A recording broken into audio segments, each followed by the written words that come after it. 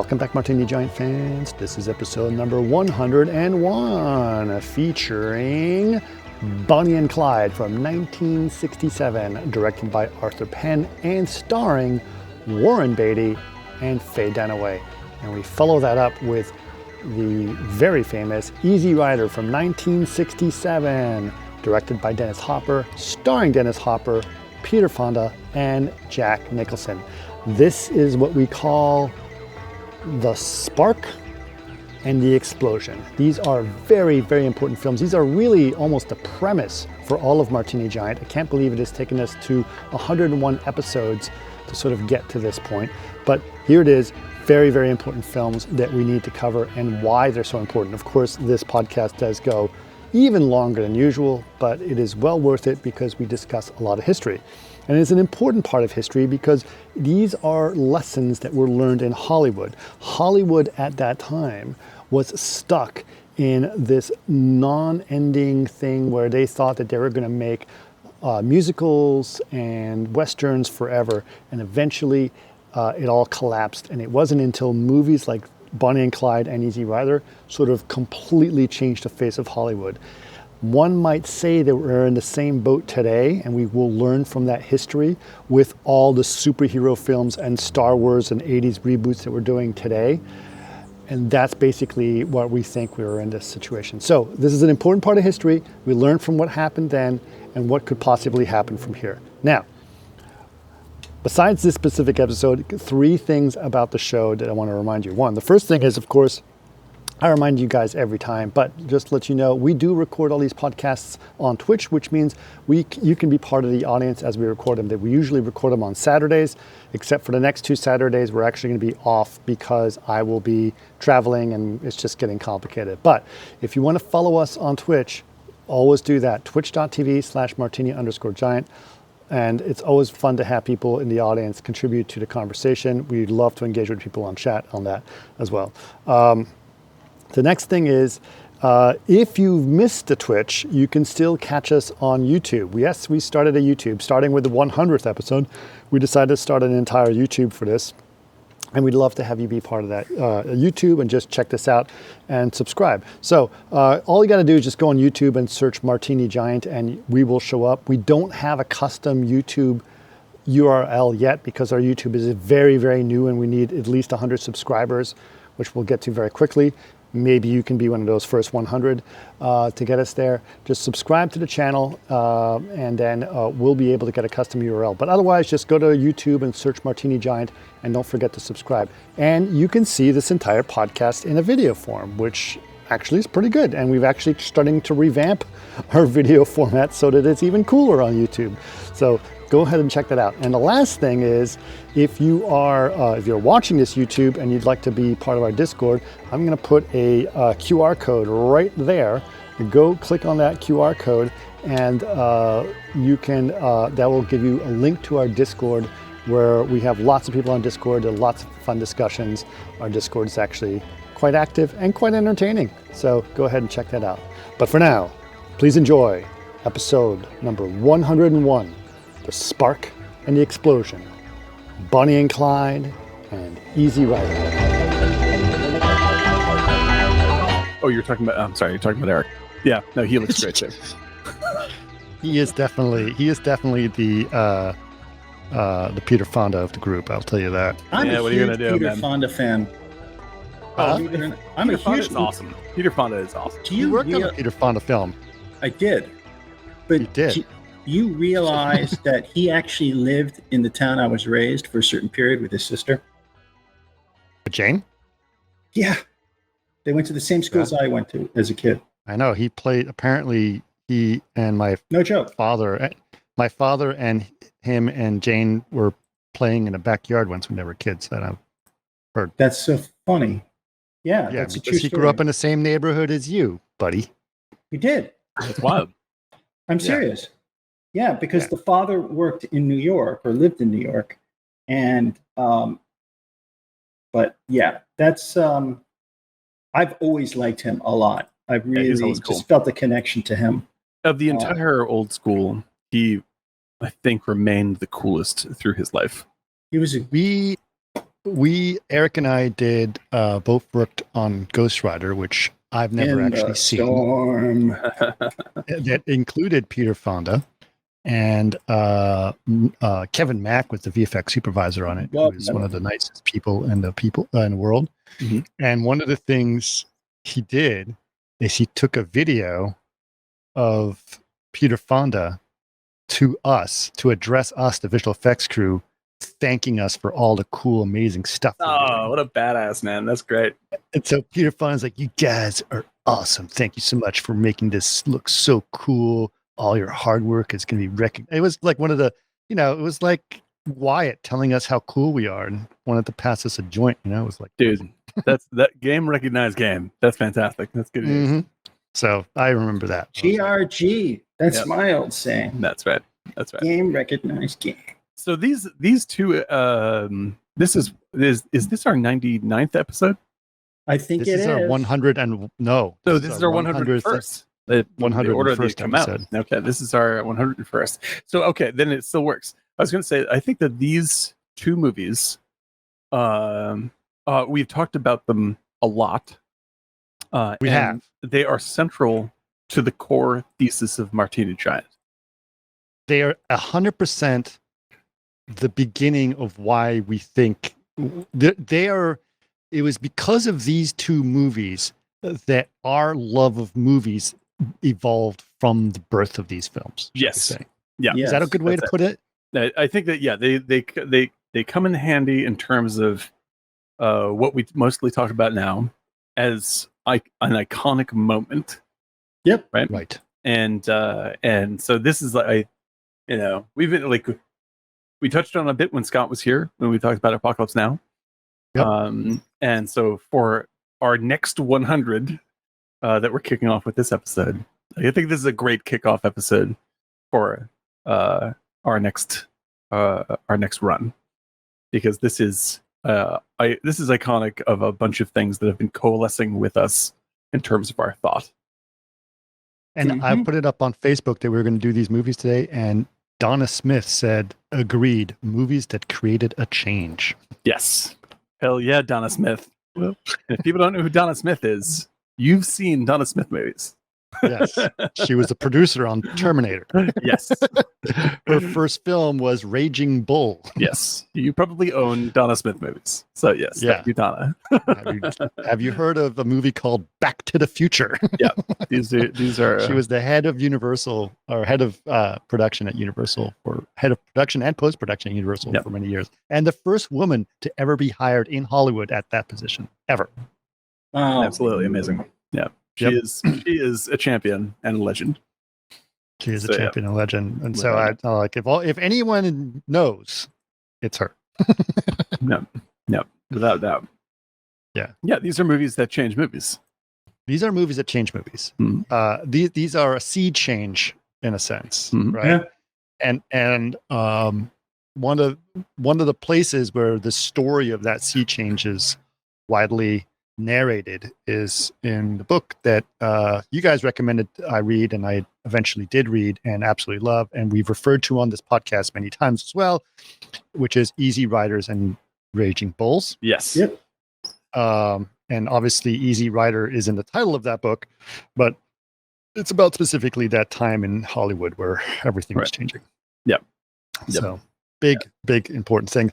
So we figured we might as well formalize it and talk about these specific films and how important they are. Now, historically speaking, I think we have to start with Bonnie and Clyde, because that's the first one that really kind of... Yeah, and I, in fact, I would like to take your metaphor and sort of say, I think that these movies sequentially are the spark and the explosion. I think that is okay. You see what I'm saying? Yes. I see what you're saying. I think that's what's happening.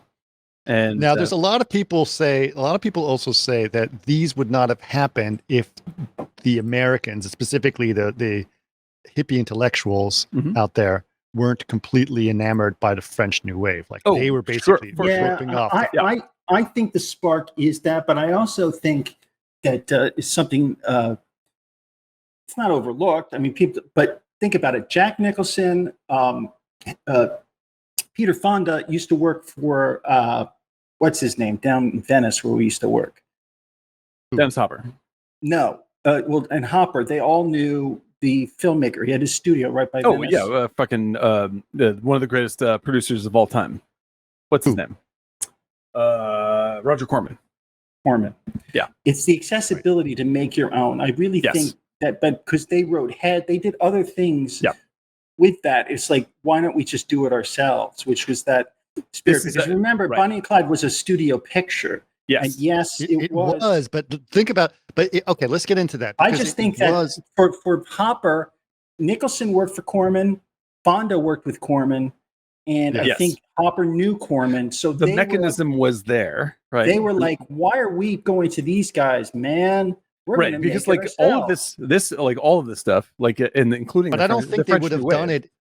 I don't think they would have done it if Bonnie and Clyde hadn't just sort of like changed what was there. Right. So like just to go, I think you're right about the French New Wave. The French New Wave is a very important setup, right? Yeah. Like the French New Wave is an important setup because the French New Wave is, it's the 60s basically. It's throughout the 60s, but it actually starts slightly in the 50s.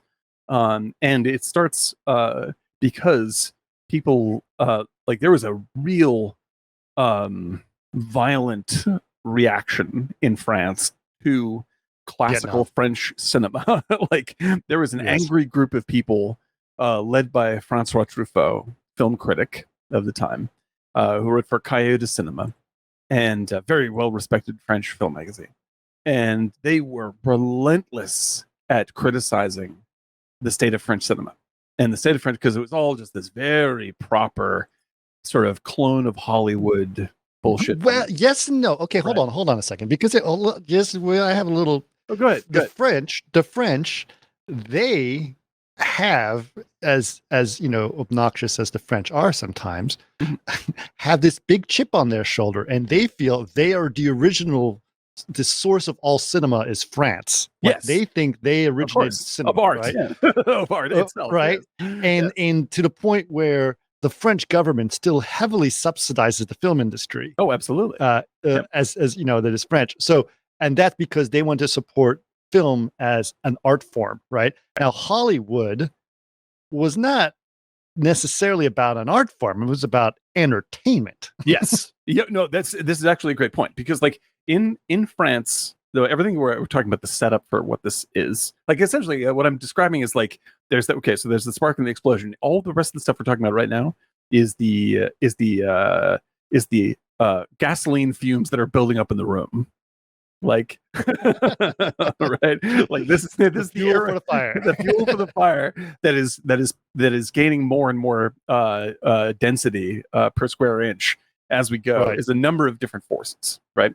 And the earliest bit is that in the 50s and 60s. And the thing is, I would, like, before you even say the French, I'd actually say like the Swedes, like Ingmar Bergman and those guys have a heavy, and also like Kurosawa in the 50s and all this. Like these movies, like these countries are going through their own big artistic movements. So the pressure is building because those movies are starting to gain traction over here in the 50s and 60s.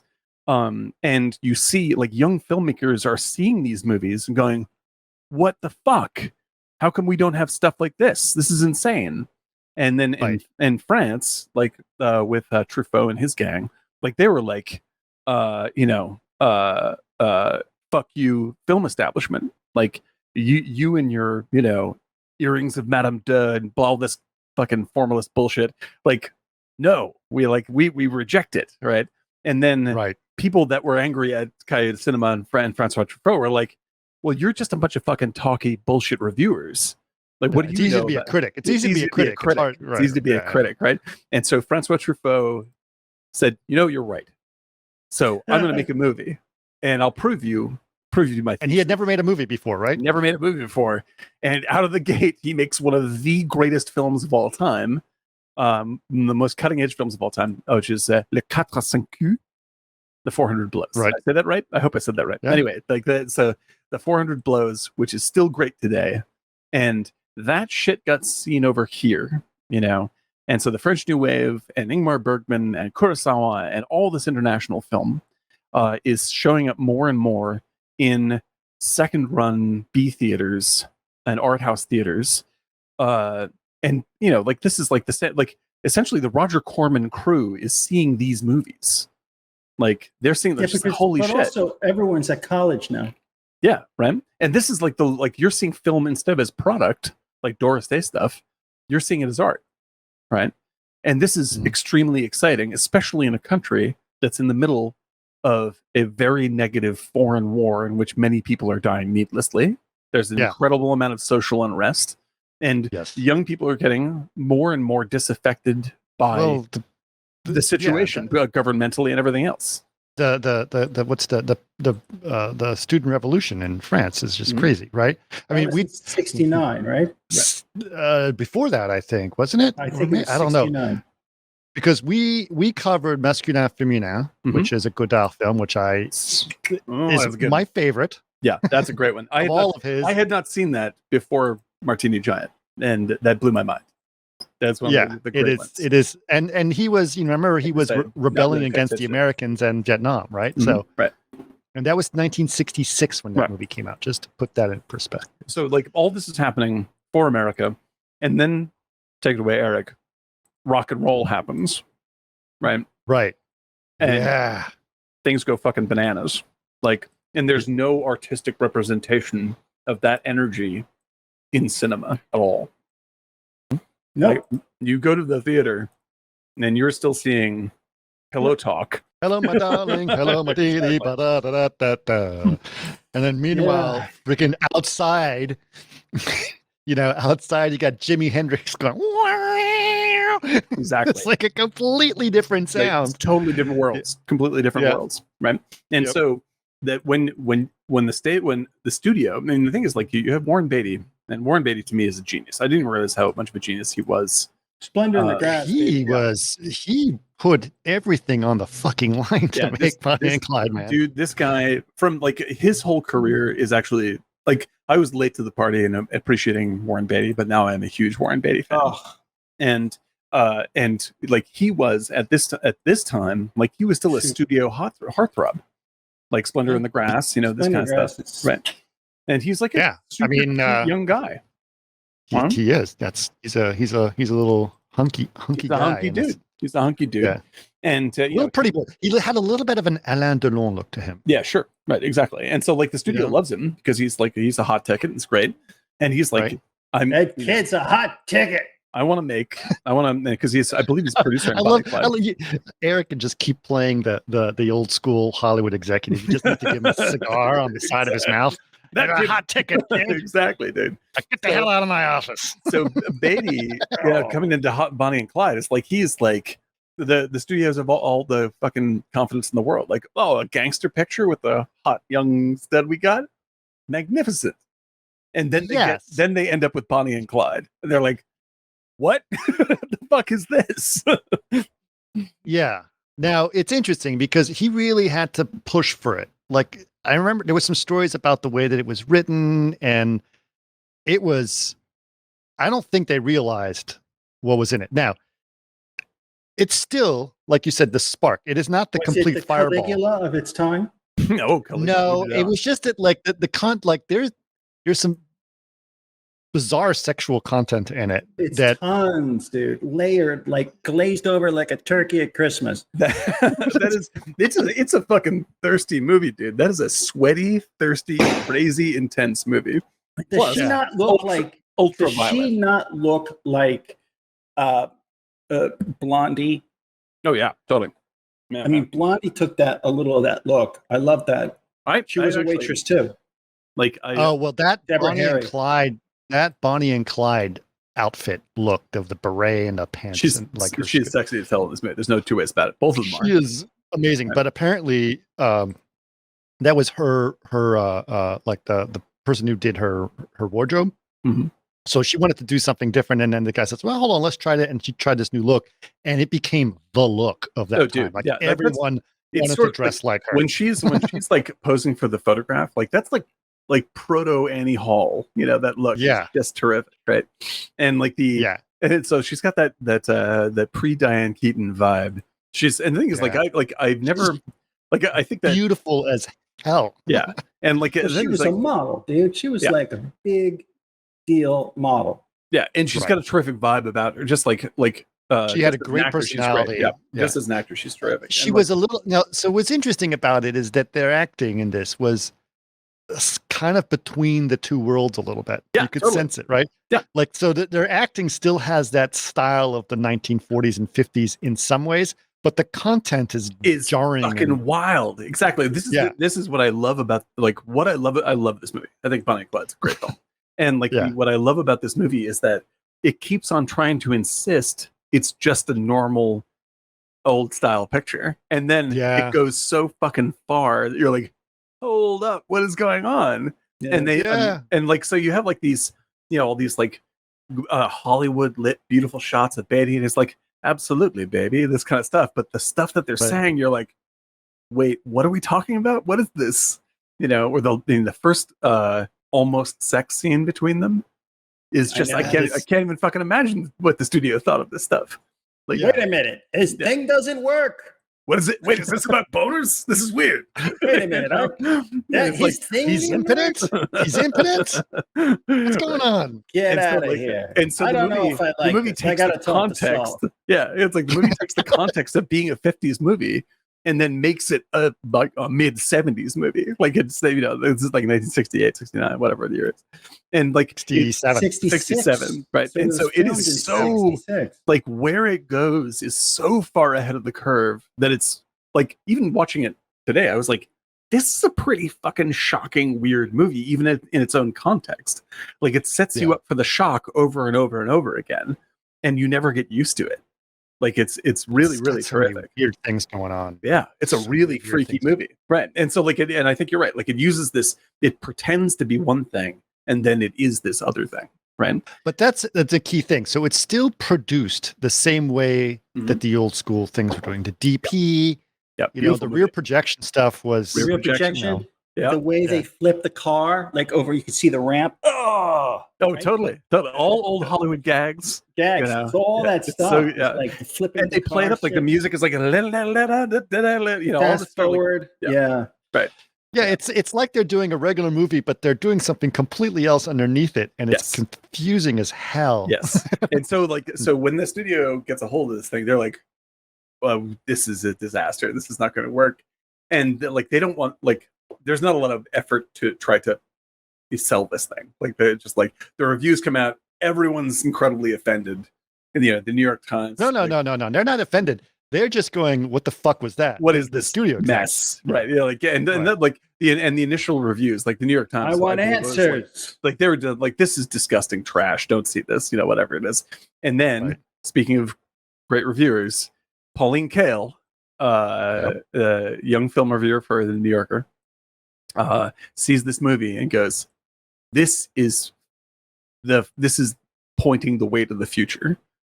Everyone should see this movie. It is an incredible breakthrough, artistically, socially, sexually, in every possible way. You have to see this immediately.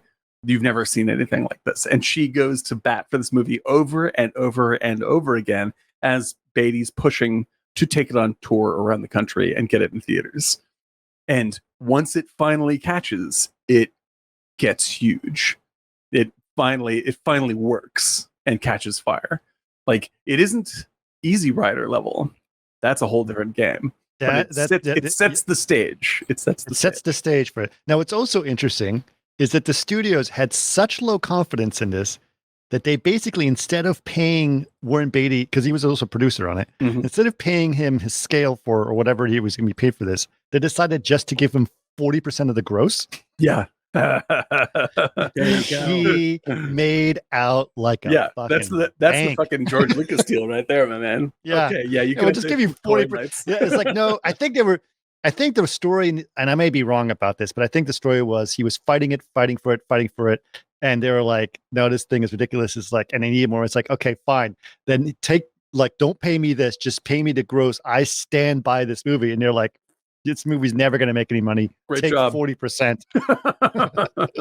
Exactly. Imagine if It's we like- find out posthumously that he slept with Pauline Kael to get that going. For that, allegedly, yes. No, man, like that. That's the thing, dude. It's like this perfect intersection of all these forces. You know, like Right. there's a great need in the air for something to be on screen that at least tries to recognize the temperature change socially, right? And to feel this horrible pressure that's building up everywhere, right? You have reviewers that are active, positive artists in their own right, like Kale, you know, Right. that aren't just sitting back and like throwing rocks, you know, like they're getting involved. Like, this is the kind of shit we want to see. More of this, please. And rallying the troops to fucking make it happen, you Right. know. And then when people see it, they're like, yeah, there, finally, fucking a movie that actually speaks to me. Yeah. Yeah. Who's our Pauline Kael? The Pauline Kael of Martini Giant that's going to speak for us and get everyone else to do it. Yeah, this is it, man. Like, I don't think I think that like Pauline, like I have lots of other things to say about Pauline Kael that aren't as kind, but her She did some pretty shitty things too. She tried to take down some pretty big filmmakers. Did she really? She her relationship to Citizen Kane and her famous article Raising Kane is actually pretty tricky. Like, it's pretty tricky. People want to look that up, they can do it, but it's like she basically did not she was like, I want to take down Orson Welles, destroy Orson Welles, and this whole myth around him. And she, I mean, this is like what later came out that I understand is that she was writing this thing, and another big reviewer, film researcher, came to her and said, like, oh, you know, I'm working on something kind of similar. Maybe we should share resources here, and we could co-write this thing together about, you know, the history of Citizen Kane, blah, blah, blah, and Mankiewicz and all this kind of jazz. And she says, oh, yeah, sounds great, let's do it. And then she took all of his notes and all of his revelations and didn't credit him. He was a teacher. He became a teacher at teacher, yeah. That's right. NYU. Yes. No. Yeah. So everything he was somebody I know's teacher. Oh, wow. Yeah. When I first moved to LA, he was telling me about that story of his professor. Yeah. So the thing is, like, this thing, like, she basically did exactly what she was accusing Welles of doing, right? And she wanted to take down Welles so hard because he represented something to her that she resented very deeply, and she became exactly the same villain she was accusing him of being. And so, like Welles, like in my own watching of Welles's movies post Citizen Kane, like when we did Mank, I watched all of Welles, all the stuff I hadn't even seen, and I was like, this dude ends up being a much better filmmaker later on than Citizen Kane. Like, he's great in Citizen Kane, but all of his most interesting stuff is later. And she tried desperately to bury him and make him a joke. And through most of my life, but he backs it up over and over and over again. Is basically what you're saying. Well, I mean, like, right. He's like, what was it about him that she hated so much?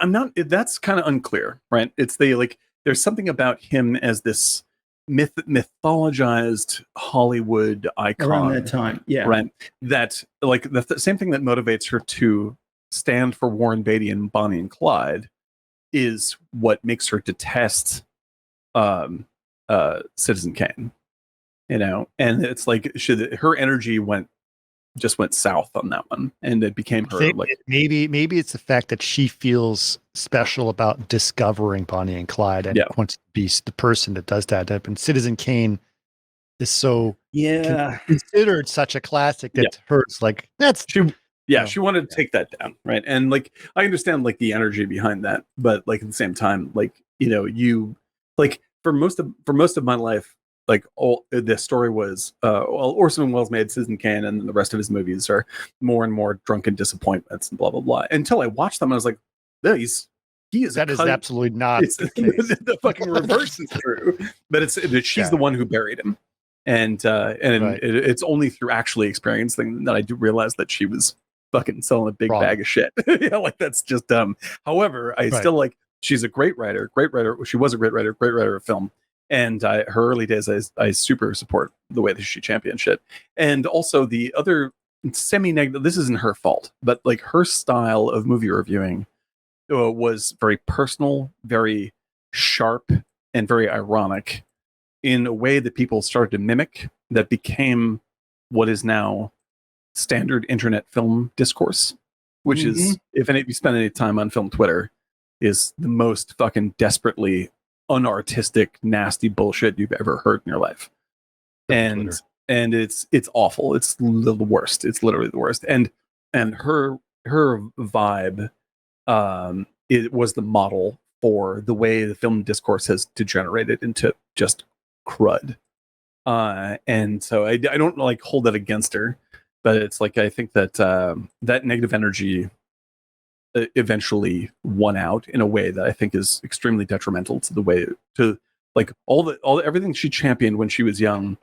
Like her negative energy has contributed to the dampening of creativity today. Huh. The So, personalization of it. Yeah. And this sort of like this self-aggrandizing snarkiness, where the review isn't about the movie, and it's not about art, and it's not about trying to understand what works and what doesn't work, and it's not about trying to like connect with something or anybody else. It's about telling good, nasty jokes so you can be seen as a wit. And I think it cheapens everything and invites a self-consciousness that that undermines the appreciation of art itself, and makes people defensive and makes them elitist, and it makes them bullies. And I think that that's really too bad. I don't think she intended that. I think her younger self would be pretty sad about what her style contributed. But at the time when Bonnie and Clyde was made, hers was the voice that made everything come together. So we owe her as much as I can criticize her. We totally owe her for what she did back then. Right. But the lesson of that is don't turn into an old asshole. Yeah, Chris. That's it. I'm just saying. Might as well break it out. Old, I can't help. Asshole, somewhat. Yeah. I can help. You can try. Like I was talking to Anne this morning. First of all, I want to say props to Alan Schneller. Hello, Alan. Yeah, most YouTube film reviews are just nothing. There are two that I like and two podcasts that I like. Always looking for. I assume that we are one of those two. I'm hoping that we are one of those podcasts, Mr. Alan Schneller. Unless you're here just to taunt us and just poke. There's two that I like, and then I put up with you guys. Yeah, but yeah, that's the thing. And so like I was talking with Anne today, and like she is like, I was bitching about all this stuff, and she's like, you sound like a grumpy old man, but instead of saying get off my lawn, you're like, get on more lawns. I was like, I think you've nailed it. Like that's exactly my point of view. I'm just like, get the fuck on the lawn. Everybody get on some lawns. There's not enough lawn going on right now. That's my get to the movie theater. Yeah, get to the movie theater. Okay. All right. So this is an important part of the thing. I think what we'll do is let's get into it because we have a lot to discuss and two big movies, and I want to get through it and get through these two movies and the importance of it. So Bonnie and Clyde, as most people would know, is actually based on a true story. It's a couple that actually formed a gang that robbed a bunch of banks and were involved in some killings and a bunch of other things and notorious outlaws. What's interesting about it, this obviously took place in the 1920s in Texas, but it very much feels, in a sense, both of these films both of these films have the foundation of a Western in a lot of ways. Interesting. Yeah. Right. So I think this is kind of an interesting thing. So in terms of either traveling through country and meeting people or basically outlaws, like Jesse James or whatever. So let's go through the story of Bonnie and Clyde as it starts off. Now, I believe doesn't it start with her? Starts with her in her room, right? Yeah. Yes. Yeah. She's in I mean, the opening of this movie is instantly sexy. Like it's like right. She is in this cramped, hot room upstairs, feeling extremely lonely and obviously like frustrated. and Yes, sexually frustrated. Right. Very pretty. Mm-hmm. Was she hot masturbating? and naked? Yeah. I don't know if she's masturbating. I think but she's is. thinking It's about pretty it. much what she's. That's what the scene is basically suggesting, right? Especially when she starts rattling the bed. Yeah. Like that's what they're going as far as they can possibly go in setting that up. She's saying she really wants to be having sex right now. Yeah. That's what she's basically. Right. It's as steamy as you could make for the time, and I would say like the basic, like that's not quite scene. to the level of what's the opening scene? The television show Judge Judy? No. Obviously. No. Dress to Kill, the opening scene in Dress to Kill. Like if you want to compare not quite this, there. No. Dress to Kill, like Dress to Kill is ridiculous, but like Dress to Kill is like like Dress to Kill is explicit in what it's showing. Yeah, and because of that, it's trashy and not very sexy. That's right. It's trashy. And like now, De Palma is a master of trash, and I think that's a pretty fun movie, though it's like ridiculous, offensive. Interesting that De Palma was considered, of all those directors, wasn't he one of the more quote unquote intellectual ones? He is a total intellectual, right? And like, right. And I think he is actually a legit great filmmaker. But like, it's funny that people like get on their high horse about De Palma. I'm like, this dude is like people get on their high horse about De Palma and then sort of rip on Tarantino for copying shit. I'm just like, De Palma was like, fucking all he did for most of his life was reshoot Psycho. Yeah. Like that's it. I wasn't a fan. The only thing he did that was great was with the Sean Penn, Pacino. Oh yeah, that's good movie. Carlito's Way. It's a very good movie. Carlito's Way. Yeah. I actually I ended up liking him a lot. Like I didn't like him when I was younger. I ended up liking him later. I think his best movie is still The Untouchables, which is just a great Hollywood movie. It's an awesome Western style Hollywood movie. But anyway, so if you want to compare Dress to Kill, which is trash, fun trash, but trash, where it's just like here's Andrew Dickinson naked and in the shower and having a fantasy, having an orgasm. Like basically like this is like it looks like soft porn from Cinemax circa 1997. Oh my god. Yeah. And with the music and everything. It's lavish trash, right? Whereas like the opening of Bonnie and Clyde, it's sultry, has no nudity whatsoever. It's only suggested. It's suggested nudity. They do the perfect thing where she's very sexy, she's naked, but you don't see any specific things that would be considered nudity. Right. And it's always like everything is just out of frame, or she runs and like whatever it is, and like teases the audience very successfully. It's shot beautifully, so it feels very like sort of cramped and hot, and like it's awesomely done. And then outside, she looks like a frustrated, bored teenager, which is pretty much what she was, right? And so when she looks out the window to see Clyde Barrows shows up. He's there to steal her mom's car, right? And Clyde is instantly like the focus of her attention in every way. She's just like, because she's pretty much naked at the window saying, "Are you trying to steal my mom's car?" You can't see everything, but she's naked. Yeah, exactly. And he looks at her like, "What is, am I the luckiest man in the world? What happened?" And and they play this whole thing from that to while they're walking down the street, as essentially almost like it's a play. Like it feels very Tennessee Williams in the way that it sort of does. That's a good way to put it. And it's so it keeps the camera close. It's like you cut in on something. It's not like it doesn't open up and say the environment does help. The art direction had a very much. Yeah, no, I'm going to bring this up. It's like let Eric talk. Yeah, no, I just wanted to put a cap on what I was saying. That's what I was leading up to. It's like everything is very, very close. It keeps it very tight and personal, these two. And what's it? The art director is actually quite famous for this movie. I can't think of his name. Tavourelis. Bugsby or Buzz. I think it was Dean Tavourelis, but it's like one of the greats. Dean? Yeah, I may be wrong about that, but it's one of the greats. It is because Dean eventually worked for him forever. For what's his name? For Penn? No. Warren. Oh yeah. And so to lead into what you're saying is like there's such a story happening in the background of this movie. It's insane. Like there's two movies happening. Dean Tavourelis. Tavourelis. Yeah. Tavourelis. Dean Tavourelis. Huge. Yep. I think he's passed. I believe so, yeah. But like this is the thing is like what you're saying art direction wise is like there is the thing that's happening up close in super close-ups and all these very tight edits. And then he should be dead. And and then there's the movie that is happening behind the close-up movie that you're getting glimpses of the whole time. And he also did The Godfather, for God's sakes. I think he did the Warren Beatty. Who's the guy that did the Warren Beatty comic book? Dick Tracy. Dick Tracy. Yeah. Dick Tracy. He might have done Dick Tracy. He did Rumblefish. Peggy Sue Got Married. Yeah, he's been around forever. Jesus Christ. This guy's credits are ridiculous. He was huge. Yeah, he was a big deal. Apocalypse Now. Yeah.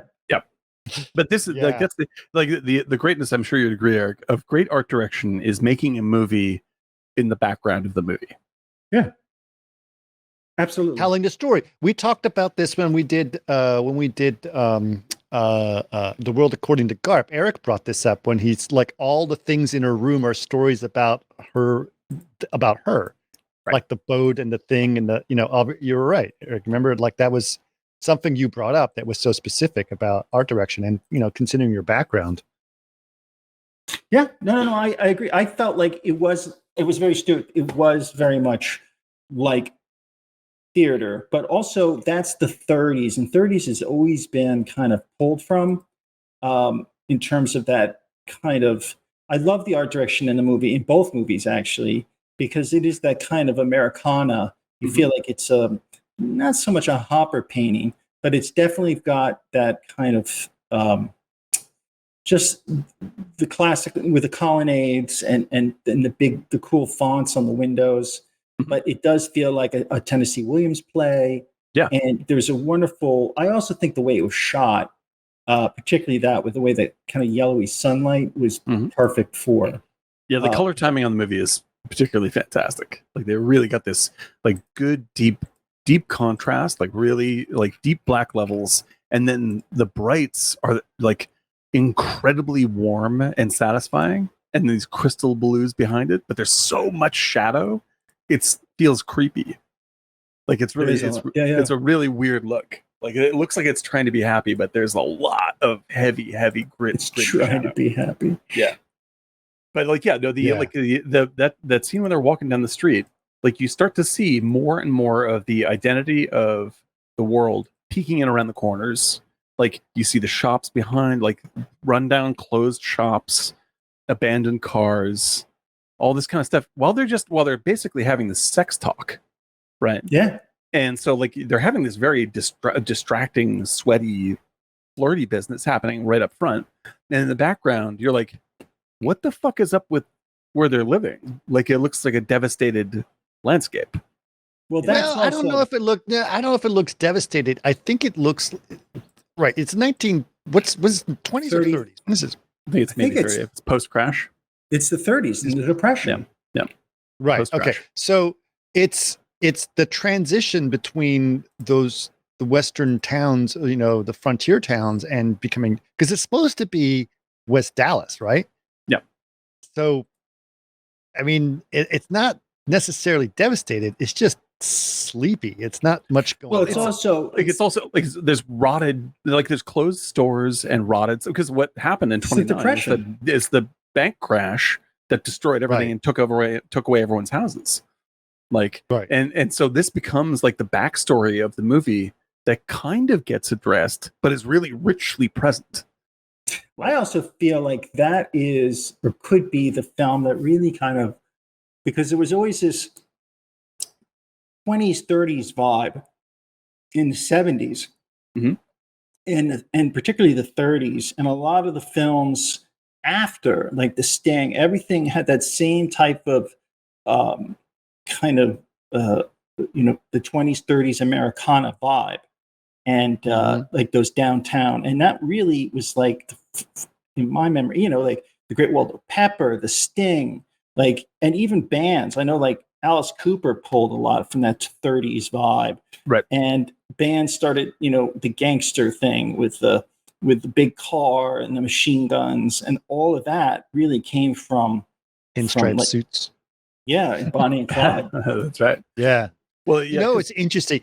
I was thinking about this today. It's like because this movie, I hadn't seen it in forever. Honestly speaking, guys, I haven't seen this in forever. I saw it a long time ago, and to me, it just seemed like a funky, I think I was too young at the time or something. Mm-hmm. It just seemed like a funky gangster film, right? Right. And, obviously it had a lot more violence, but when I saw it, violence of that nature was more normal than it was back then, which really shocked people. But what was interesting is seeing that and then thinking about Badland. Mm-hmm. And Badland is a very similar story, right? Yep. But told in a very different way, obviously a decade or so later. Mm-hmm. But what's interesting about it is that Badland, is like Bonnie and Clyde taking place when Bonnie and Clyde was filmed. Yeah, exactly. I mean? Right. Yeah. Right. You know what I mean? Right. It's like this weird thing where like they're both, looking at a retro version of Americana, mm-hmm. but Badland is just in the 50s and Bonnie and Clyde is in the 30s, right? Yeah, right. And it was just something there's so many similarities to it. And I'm almost positive that, when was it Soderbergh? I think Soderbergh did Badland, right? No, it's Soderbergh is that rather what's his name? Malick did Badlands. Yes, Malick. Sorry, that's right. Malick, Terrence Malick did Badland, and it's like I'm sure he was looking at Bonnie and Clyde as the model that he wanted to do, right? Yeah. So it's just really interesting. But anyway, you're right. Well, it's also playing off that environment. You can get a lot of room off of that environment. I even think something like Spielberg's first film. Oh yeah, that's one of my favorite. Yeah, I was thinking about that too. Yeah. Because they're always on the run, and they make and there's a lot. You're absolutely right. Well, and so like with and being trapped, the trap. The ending of both is like, spoiler alert. We'll get there, but yeah. So like because what's that? It's Spielberg's first film is Goldie Hawn, Sugarland Express. Sugarland Express. So Sugarland Express, first official Hollywood theatrical film. Yeah, because when we talked about Sugarland, like. I was blown away by it. I hadn't seen it in a long time, and I was really blown away by it, and especially by how Spielberg creates this sense of real towns and real people in those towns, like the way he populates the whole rich backstory that you're seeing constantly in the background of the film is like it's insane. And like you look at that, you look at Badlands does this also very successfully, and you look at Bonnie and Clyde, and all these movies have like very believable settings essentially, right? But what's really fascinating about Bonnie and Clyde is that Bonnie and Clyde is largely very empty, yet still very believable. Like there's not a lot of people in the movie. Like there's cops, there's them. And when they're in towns, especially in that opening, like there's a couple of people on the streets. Like it's very, very vast and very empty and very lonely all the time without breaking the sense of reality. Yes. But I mean, when they get to the other towns, when they get to the one where with the parallel parking scene. Oh yeah, that's great. Absolutely, that is crowded for a reason. Oh yeah, and it's completely hectic, right? It's completely hectic. Yes. But for large part, in a town in New Delhi somewhere. Yeah, exactly. And so like you compare like there's in that opening scene, there's almost nobody else around anywhere. There's almost no one else around. It might as well be like tumbleweeds going across. Because this is a dying town, right? That's what it feels like. And yes, and they say that as part of her narrative. Like she works as a waitress, which by the way, he guesses her entire whole backstory and her whole backstory and says it to her, and she doesn't deny it. Here's the question for you.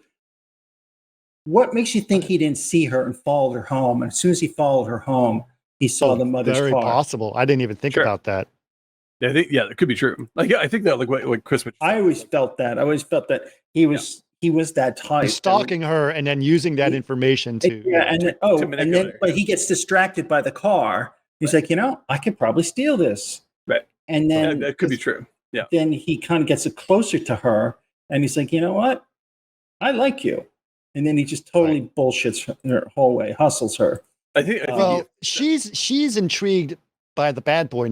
Well, she's intrigued by two things. One, she's obviously very horny. We established that from the beginning. Mm-hmm. She looks at him. He's very hot. So this, combined with her horniness is attracting to him. Mm-hmm. But she's got the classic young girl likes the bad boy situation. Of course. Right? Now, just what's interesting an Easy Rider. Yeah. Just like an Easy Rider, and we'll get to that. No, let's talk about it now. Yes, I know what you're saying. But so, and you're right. but she basically, it's the bad boyness of someone from out of town, right? Exactly. Right. And so that's the thing that's exciting to her. So, that he represents life energy in a dead place, right?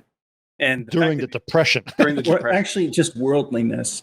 And you actually left your town, and you don't have a family. Because everything that they stick around is because of the family. Mm-hmm. And it's like almost like, wow, you don't have a family and you don't have an obligation to them. Yeah, exactly. Because that's what keeps them there. Right. And then, like, if you stay here, you're just going to like when he recites to her what her entire life is, like, he's basically saying, like, your entire life already. You may as well be dead. Like, this is so easy to predict what your state is and what your history is. I predicted where you've come so far. It's so easy for me to say where you're going to go from here. Yeah, exactly. And so and the thing is like that, like, this is why it's connecting with the audience, is because like there's this, people that are watching this movie are in the most constricted, conservative, popular environment you can imagine, and you see this, and even though Warren Beatty is dressed comparatively conservatively, but what he's saying is like, why don't you fucking leave all this behind and break out and have a life that we don't know what it's going to happen? Well, right? yes, but I'm not. I'm going to fight back on it. He doesn't actually say that because he's not the wise guy. He's actually kind of a naive little nothing. Yeah, I'm not saying because he doesn't do anything until she pokes the bear and keeps taunting him. Yeah, right? I think all that. Like, no, it's like I went to jail. I was a bad guy. And because he's sure impotent. You were. And so that's a substitute for his penis. Is this bravado? You're apt. Yeah. That's why the stroking the gun scene happens right in the street. Right. So he shows her that he's got a gun on him, and she's like, "You wouldn't dare use that." So she's constantly like taunting him. And he's like, they become each other's mechanism to get over where they're at. Right. Like, and to just go further. Codependency. And so he doesn't want to do anything because he just got out of jail, which we found out. He likes being she says it when it's just like, oh man, you sure have you're sure a great salesman. It's, but little do people know you have nothing to sell. Right. And she's talking about sex in that particular instance, but that actually she nails exactly who he is. Like, she does. She doesn't realize that until later. He is coming on like, I'm so slick and I'm amazing. But you're right. He's a fucking he's basically a dimwit. He's like this little kid energy. And so he only does is like, I dare you not to throw the rock in the river. No, I dare you. It's basically like little kid talk, really. Right. Yeah. And so he's like, okay, fine. And so he just runs across the empty street to the general store and robs it. Right. And then when they finally go and rob their first bank, walks in, goes, and like, you can tell he's never fucking done this before. Like, he just bursts and goes, okay, everybody. And there's nobody there. Like, there's nobody in the fucking bank at all. And there's one teller, and the teller's like, bank we closed down like 2 weeks ago. We got shut down, and you're like, what the fuck is everybody? And there's just nobody there. There's no money to be stolen, nothing. And he asked the guy to come out and explain it to her. More specifically, he said, I saw the bank. It's going to be a real easy bank to hit. Yeah. Because it's empty. It's fucking empty. He doesn't realize that's why it's easy, because there's no one there. Yes, exactly. And so like this is like they really do this amazing I think the reason why people connected with it is because the world is so successfully drawn as a real place, but it also feels desperate and empty and weird, which is, I think, how I would feel in the 1950s. What the fuck is this place? And if you compare like you brought up The Sting, like compare the realness of The Sting versus the realness of this. Like, The Sting feels like a Star Trek episode that you can't believe is it's absolutely backstage fake. Right. Yeah. And they got shitloads of people in costume in that movie. It's not that it's a bad movie, but it's not like I fucking believe it for an instant. Like, not even one bit. Well, it's theater. It's theater. As opposed to. And this feels like shot on a Universal lot for sure. Yeah. but this with less people, they make it more believable. Like the world buy-in is just complete for Bonnie Clyde. It's really wild.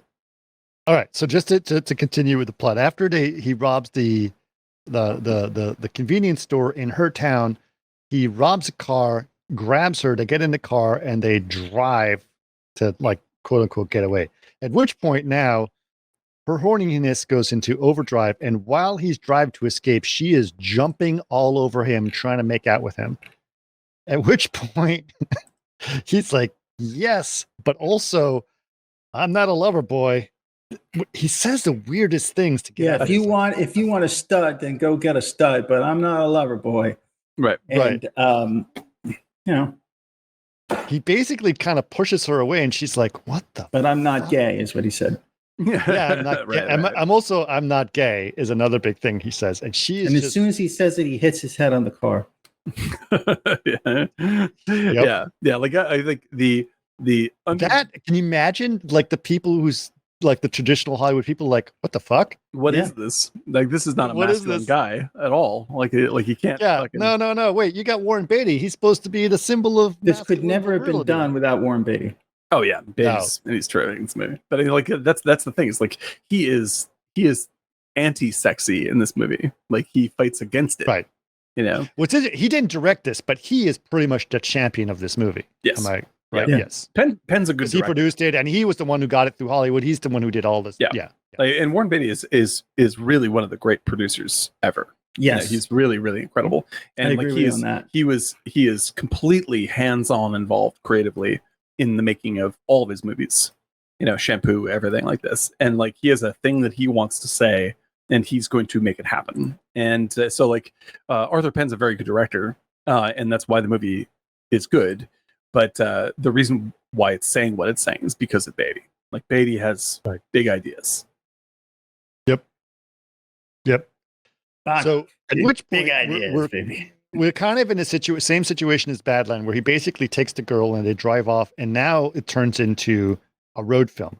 Which, by the way, is, I think, one of the, as you guys know, I know Eric likes his heist films. I like my road films. Like, road films to me are my genre of my guilty pleasure. Like anything that involves a journey through situations, and you have these stops that incorporate things, and is really kind of the best of all this. So their first stop is in an abandoned house. Now you can imagine this is like you said, during the Depression, there's a lot of houses like, you remember during the crash here, the foreclosure house, the mansions and the subdivisions that are all abandoned. Yeah, exactly. The McMansions that are all abandoned. That's basically what happened there. But these are all, the heart, soul of America, the Dust Bowl, all these farmers lost literally everything. Everything. All yeah, and so they're sitting in this basically abandoned farm, and they're sleeping there, and rough accommodations, shall we say? So she's the beautiful Faye Dunaway sleeping on like basically a seat cushion, and he's outside practicing his pistol revolver, right? And by the way, I heard that the real Clyde Burrows was an incredibly good gunman. Like shot, I believe it. Like it was very threatening, right? Also, and the real Bonnie and Clyde were fucking sociopathic murderers. Like they were very bad people. This movie is completely divorced from that reality. Divorce from the reality of that, which is 100% true. And I think that was something that was, along the same lines of what's the Butch Cassidy and Sundance Kid, where we romanticize these. Yeah, people, right. This is a totally made up version of these two. That's nothing to do with it. For sure. Yep. And so while they're there, they another interesting scene. So it's not necessarily a big scene, or doesn't have relevance to the rest of the movie, but they do run into basically I call them the grapes of wrath people, right? With the this is one of my favorite scenes. Amazing scene. That's actually funny. That's my favorite scene of the movie, is where he goes. Yeah. And they all give him stuff. Like, it says so much about where the country, they got screwed, and they're heroes. Right.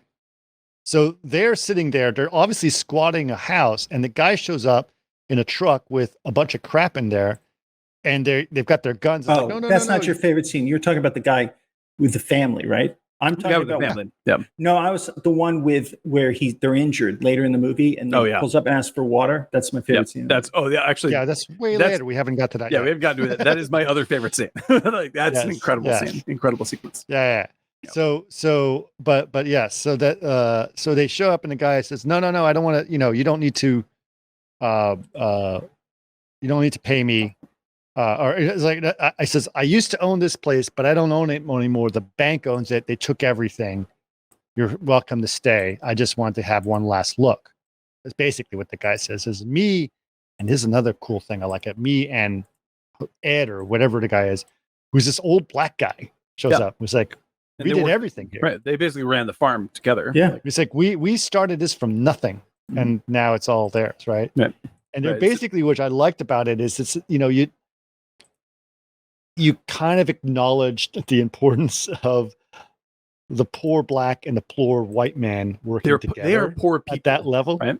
But they are the poorest of the poor at the time, right? Like this is the I think that this scene really struck me, watching it this time, just because I was like, we have been like I think that it's very important to talk about like how deep racism runs. It's very important to talk about these are real terrible things that are still true in the country today. However, I really believe that we have been successfly manipulated by large corporations to fight amongst ourselves, so we do not realize that we are all on, that we're on the same side. Yeah, screw you, Dan. You're such a fucking communist. Okay. This scene where I'm just like, go back to your. But you know what I thought was really strange? Go back to your Marxist. Exactly. Is when they were shooting at the house, they were there, and he was angry at the bank. He turns to Warren Beatty. He says, "I'm heading west, and I'm going to have my own podcast." And he looked at him like, "What?" And how prophetic. I mean, that's basically that's how Mark Maron started. Like Mark Maron was the little boy in the back of that truck. That's right. Was set that that's right. Grapes of Wrath, Mark Maron. That's true. It's like, WTF, Bonnie and Clyde. Why the fuck are you shooting our house up? Exactly. I looked at interview for 3 hours. But that's the thing. It's just like I think that there's this movie recognizes an economic truth that we do not tend to recognize today. Well, what this particular scene did that was, I think, important is that it basically made them the hero of the underclass, right? Yes. And I think that was the point. Like, the banks took everything. It was the Depression. Fuck the banks. Right. Fuck the corporations. He literally gives the old farmer the gun so he can shoot the repossession sign in front of the house. Yeah. Right? And he does the same thing to the old black man, and they all have this weird smile on their face, and they walk off into the sunset, right? Yeah. Which is kind of the symbol. It's like, okay, so they're not, suddenly it takes these two characters that are these punk kids that they basically are hooligans and takes them into they're heroes of the people in some ways. They're going to start because that actually did happen with these guys. Like it did. Yeah. That part's it true. Absolutely did. They were revered as well. The same thing with they did the same thing in Sugarland Express. Yep. Where they're basically like handing them fucking stuffed animals as they're driving through the towns, right? So essentially, Sugarland Express is Bonnie and Clyde Part 2. Yeah. Yeah, it is, and so is Badland. I mean, this is Bonnie and Clyde is kind of like it. Like, oh, it's funny. It's almost like, when Karen had never seen 2001 until way later in her life, but she'd seen everything that was influenced in every parody of 2001 ever made, and so when she actually saw it, it just didn't. It had this weird resonance to her because it wasn't new or fresh. It was just looked like a parody of itself in a lot of ways. Yeah, all these things have been done in this SNL sketches, right? That's right. Right, and so it's like, you want to do whatever scene of or you're watching the monkeys with the apes with the monolith. She just thinks of like History of the World with Mel Brooks, like it's like, oh shit, so I get it. But Bonnie and Clyde, if you try to really look at this film and you realize like, no, nothing had ever been done like this before, then this is the one that made everything else. Yeah. And the thing is, because like they I was actually, this is a surprise to no one, I'm a huge Michael Mann fan, and I think one of his most underrated movies is Public Enemies with Johnny Depp, which is the John Dillinger movie. And John Dillinger has the same arc where it's just like he is celebrated by the poor as a champion against the banks who were screwing them over, like a Robin Hood scenario, like a Robin Hood style thing. And when I was watching this, I was like, especially there's the first really big gunfight they get into at the house, like where it's like cops have shown up and it's really super intense. I was watching this, and I'm like, this not only reminds me, like Michael Mann obviously pulled from this for Public Enemies, which makes sense, but it also clearly influenced, this single scene influenced a lot of the famous gunfight in Heat. I was like, this shot and that shot, and that, like, these are like straight up. I was just like, oh shit, like this must be one of Michael Mann's favorite movies. I love that book, dude. Isn't it fucking 3/4 of the way? Yeah, oh, it's so good. Did you finish it? I'm not done yet. No, I'm right. I'm basically right where you are, and it's terrific, man. Holy shit! It's hard to put down. Heat 2, by the way. That's what we're talking about right there. If they could buy that book, it's incredible. Heat 2. There it is. All right. We got a lot to go through, guys, and we're still like at the first Keep going. 3 scenes of the first movie. Okay, so basically they start going on their crime spree. We already talked about the fact that they failed attempt to rob a bank, but they still keep going, and they keep robbing cars, et cetera, et cetera. They go into a garage to get the car taken care of, and they're met by, what's the guy's name? The actor? The actor. Lou Costello. It's hang on, I'll look that up for you. Michael Pollard. Michael Pollard, yeah. Yeah. I love that guy. Who plays the character of C.W. Moss, and he is great. And you've seen him in a ton of movies. He did get nominated for an Oscar for this role, but he's actually been multiple character. He was actually, I was like, I've seen him in a million. Like the one I remembered him was Scrooged. He was one of the homeless people in Scrooged. Yeah, exactly. Sure. And he was in Roxanne as well. Remember the movie Roxanne? Like that was a fun. I think he was. I think that most people. He passed in 2019 in LA. Right. Yeah, I think that's right. Yeah. He was great. He was in Star Trek also. He's right. Yeah, he's like, so he's one of those guys where you're like, I know I've seen him, but it's because you saw that episode of Star Trek 12 times. Right. That's so he's a very interesting character, but basically he plays someone young in this one, right? Who's just a kid at a gas station, and they convince him to sort of join their gang because he's good with cars. Because he's good with cars, and they need getaway car situation, right? They need a driver for the bank situation, right? And so they're like, yeah. And so he sort of joins their gang and gets involved with them. At which point they get to their next bank heist that they're going to do. And it's in a busy town. We kind of hinted at this before. It's in a busier town. They do their bank heist. They get the money, but he gets distracted by something because he sees a good parking space. He's really excited. Oh, right. That's what he wants to spy out a girl too. Yeah, he's like, is it a spy on a girl? Yeah. Yeah. There's a girl that's walking. Right. And so he's looking at it, checking her out. So he's in the middle of the street and cars are driving around him. So he's fine. And he's right there in front of the bank, but he sees a good parking space and he parallel parks the car. Yeah. He's like, out of sight. To wait for them. I think anybody in LA could relate to him. like you're going to the pharmacy to pick up your medications. Like, I'm going to take that parking space while I'm waiting because I don't know how long they're going to be. Yeah, here. I mean, like, no, you're robbing a bank, buddy. You're not. In his position, I may have done the same. If I'm in like West Hollywood and I see an open parking space, even if I'm leaving, I'll park there just for 5 minutes just to go. Thank God. This is what it's like to get a parking space in Los Angeles. This is amazing, and then leave. Yeah. Yeah, it's like my friend when we were like, we were driving around Paris, and he was like, "Oh my God, a parking space! No, let's park the car and take the subway home." Oh my God, it's so exciting! It's true, actually. It's Christmas in July. Yeah, insane. So anyway, he basically parks the car. They get out of the bank, and they're like, "Where the fuck's the car?" Right. They find the car. They get in the car, and then he can't get out of the parking space because it's too tight. So good. And he keeps ramming. There was a into little the bit of a like, Woody Allen with that. Yeah, exactly. There's Right. a little bit. Yeah. It's like parking the cross and bananas. Yes. So Yeah, good. or it's the Austin Powers with the little thing like Yeah, exactly. and they're like, get out of here, we just robbed the bank. At which point they're all running out of the bank. The bank manager sees them and is trying to get that car, grab the car, and he jumps onto the car. He's holding on to the side of the bank manager is holding on the side of the car, at which point Clyde takes his gun and shoots the guy in the face. Yeah, and fucking blows his head off. Blows his head off, right? Dude, yikes. And this is the first real sign of physical violence and horror. And it's pretty graphic. There's a lot of it's like there's it's obviously like Hollywood blood at the time, but it's which is like, very red.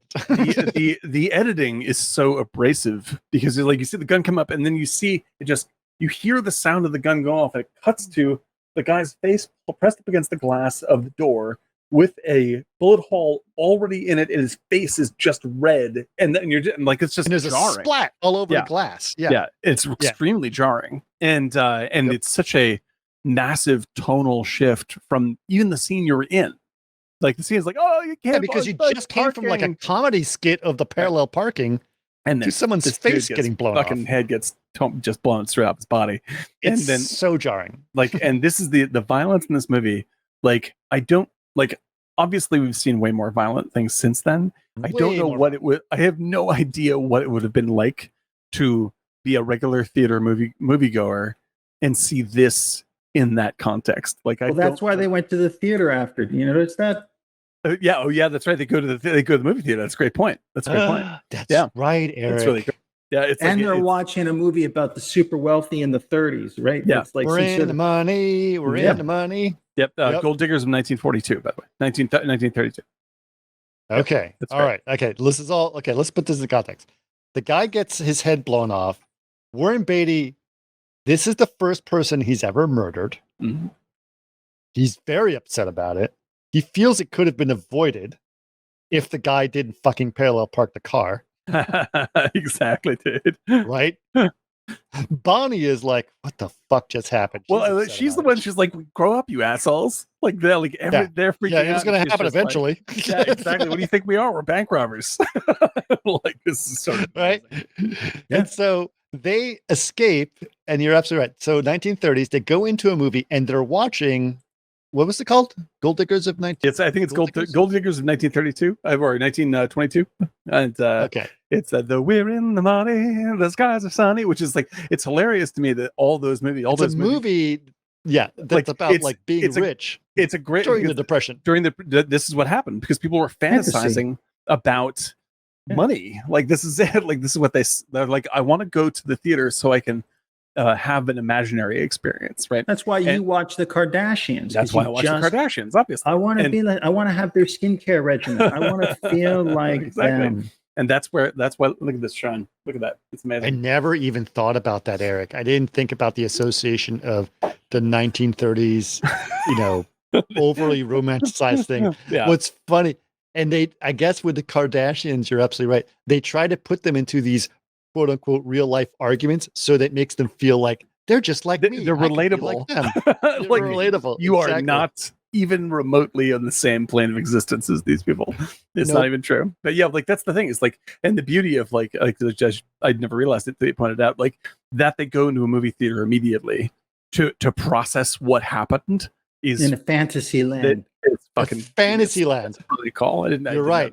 Oh shit! We just experienced something that has absolutely never been done in Hollywood. Yeah, we're very upset about it. We're in the money, Hollywood. Eric, you pointed. You're absolutely right. That's brilliant. Yeah, that's brilliant. I also I just got a text. I want to thank Disco Paco for coming because I actually know who this is. My friend Franco, who is on a movie site that I'm on. And thank you very much for coming, my man. This is really exciting. And please spread the word. I hope you're having a good time. But thanks for the text. That's totally awesome. Yeah, no, like I think that's the sort of genius. That's also something that Michael Mann echoes in Public Enemies, because he makes a meal out of the Dillinger going to the movie theater before he's killed. So like there's like both these movies make a real connection for the audience of like what you are doing right now is it has symbolic weight. Like, you are seeing this movie about the 1930s, but really you're processing something that is really happening for you. I tell you another movie that does the exact same gag. Singing in the Rain. Oh, brother, we're out. Oh, brother, we're out there. Yeah, exactly. Yeah, it's totally awesome. Do not seek the treasure. I thought he was Toad. Do not seek the treasure. So awesome, dude. But yeah, I love Hail Caesar. You guys told me to watch that. I love that film. Isn't that great? That's so great. What's funny is I didn't really love that movie the first time I saw it. I was like, yeah, I guess you kind of get into it. No, man, I've seen it like 40 times now. If it was so simple. That whole scene, I got it done, not to go off on a whole thing, but I just watched it again like last week. My favorite, the best comic performer in that scene is the hunky guy. Is the girl, the woman that he is supposed to be having the scene with. She just sighs the whole her icy stare is the funniest thing in the scene for me, because like she's like, "Oh, it's so great to see you." Cut, and then she's looking at him like, "I fucking hate you." It's absolutely priceless every single time. Anyway, sorry to ramble on. Okay, so now we've established that they're now murderers, and they've scaled up a little bit in their situation. So they try to escape. Obviously, at this point, they realize they're more than just bank robbers. They're now bigger shots than that, and they go to a house, and Gene Hackman shows up. Yeah, he's great. The brother. That's right. The brother with Estelle Parson, who plays Blanche. Yeah. And I was trying to like. I thought you want to punch her. That voice. Oh, she's So her voice is perfect. It is just. By the way, she was nominated and I believe won an Oscar for this role. That's right. Yeah, right? And the thing is, she is legitimately great, but she is also fantastically annoying. Like, that's her job in the horrible. Movie. Her job is to basically be the in-law that you hate. Yes, and she nails it. The son-in-law or the brother-in-law, and she's an integrity-free, despicable person. Like, yes. She is she meets Bonnie and Clyde and Pollard. Like, she could not be more disgusted with these people. Like, oh, I have to. I can't believe preacher's wife. Right? Yes. Do you know where she's from, Dan? No. Lynn, Massachusetts. Lynn City of Sin. So she was also a character on Frasier that was hilarious. No, she's awesome. She's a great actor. Yeah. Yeah. She oh my God. She was like the most perfect cast character on. She's like one episode, one show. She plays a neighbor of Frasier, and it's just the funniest thing. Everything is a metaphor. Anyway, that's where I recognized her voice. It's like, because I love that character on Frasier. I was like, oh my God. And she's obviously so much younger, but she still has the same voice that she played 40 years later. But she's basically, so Gene Hackman is Clyde's brother, Buck. And they're both goofy, stupid characters. And obviously they got involved in law. He is the older brother, and they sort of joined the gang in a lot of ways. Right. I'm trying to accelerate through the plot a little bit because I'm trying to get conscious of time. Joined the gang in a lot of ways, but Blanche is obviously reluctant to it, but she stays with whatever Buck says, right? And so Buck has this problem because, like, Blanche is my wife. And then Clyde has this problem because it's like Bonnie's my, and they're both trying to make peace out with everyone. Right. And but like initially, like Bonnie hates her. Bonnie hates Blanche. And Blanche hate each other. Yeah. Bonnie really hates Blanche. Like, she's fine with everyone else, but Blanche is like the fucking. And did you know Michael Pollard was on the Andy Griffith Show? He played Barney Fife's cousin, Virgil. Wow. Oh, really? Yeah, that makes sense. That's funny. Yeah, Pollard was around for a long time. That dude. He's just one of those character actors who shows up forever. But yeah, like there's a line that Bonnie says about Blanche that wraps it's such a flawless line. Like, where she goes, like, Clyde's like, "What's your problem, huh?" Because she's flipping out about how annoying Blanche is, and she goes, Right. "She's my problem," right? And it immediately goes into Clyde saying back to her, like, "What do you even know? You're a know nothing girl from Podunk Town, and et cetera, et cetera."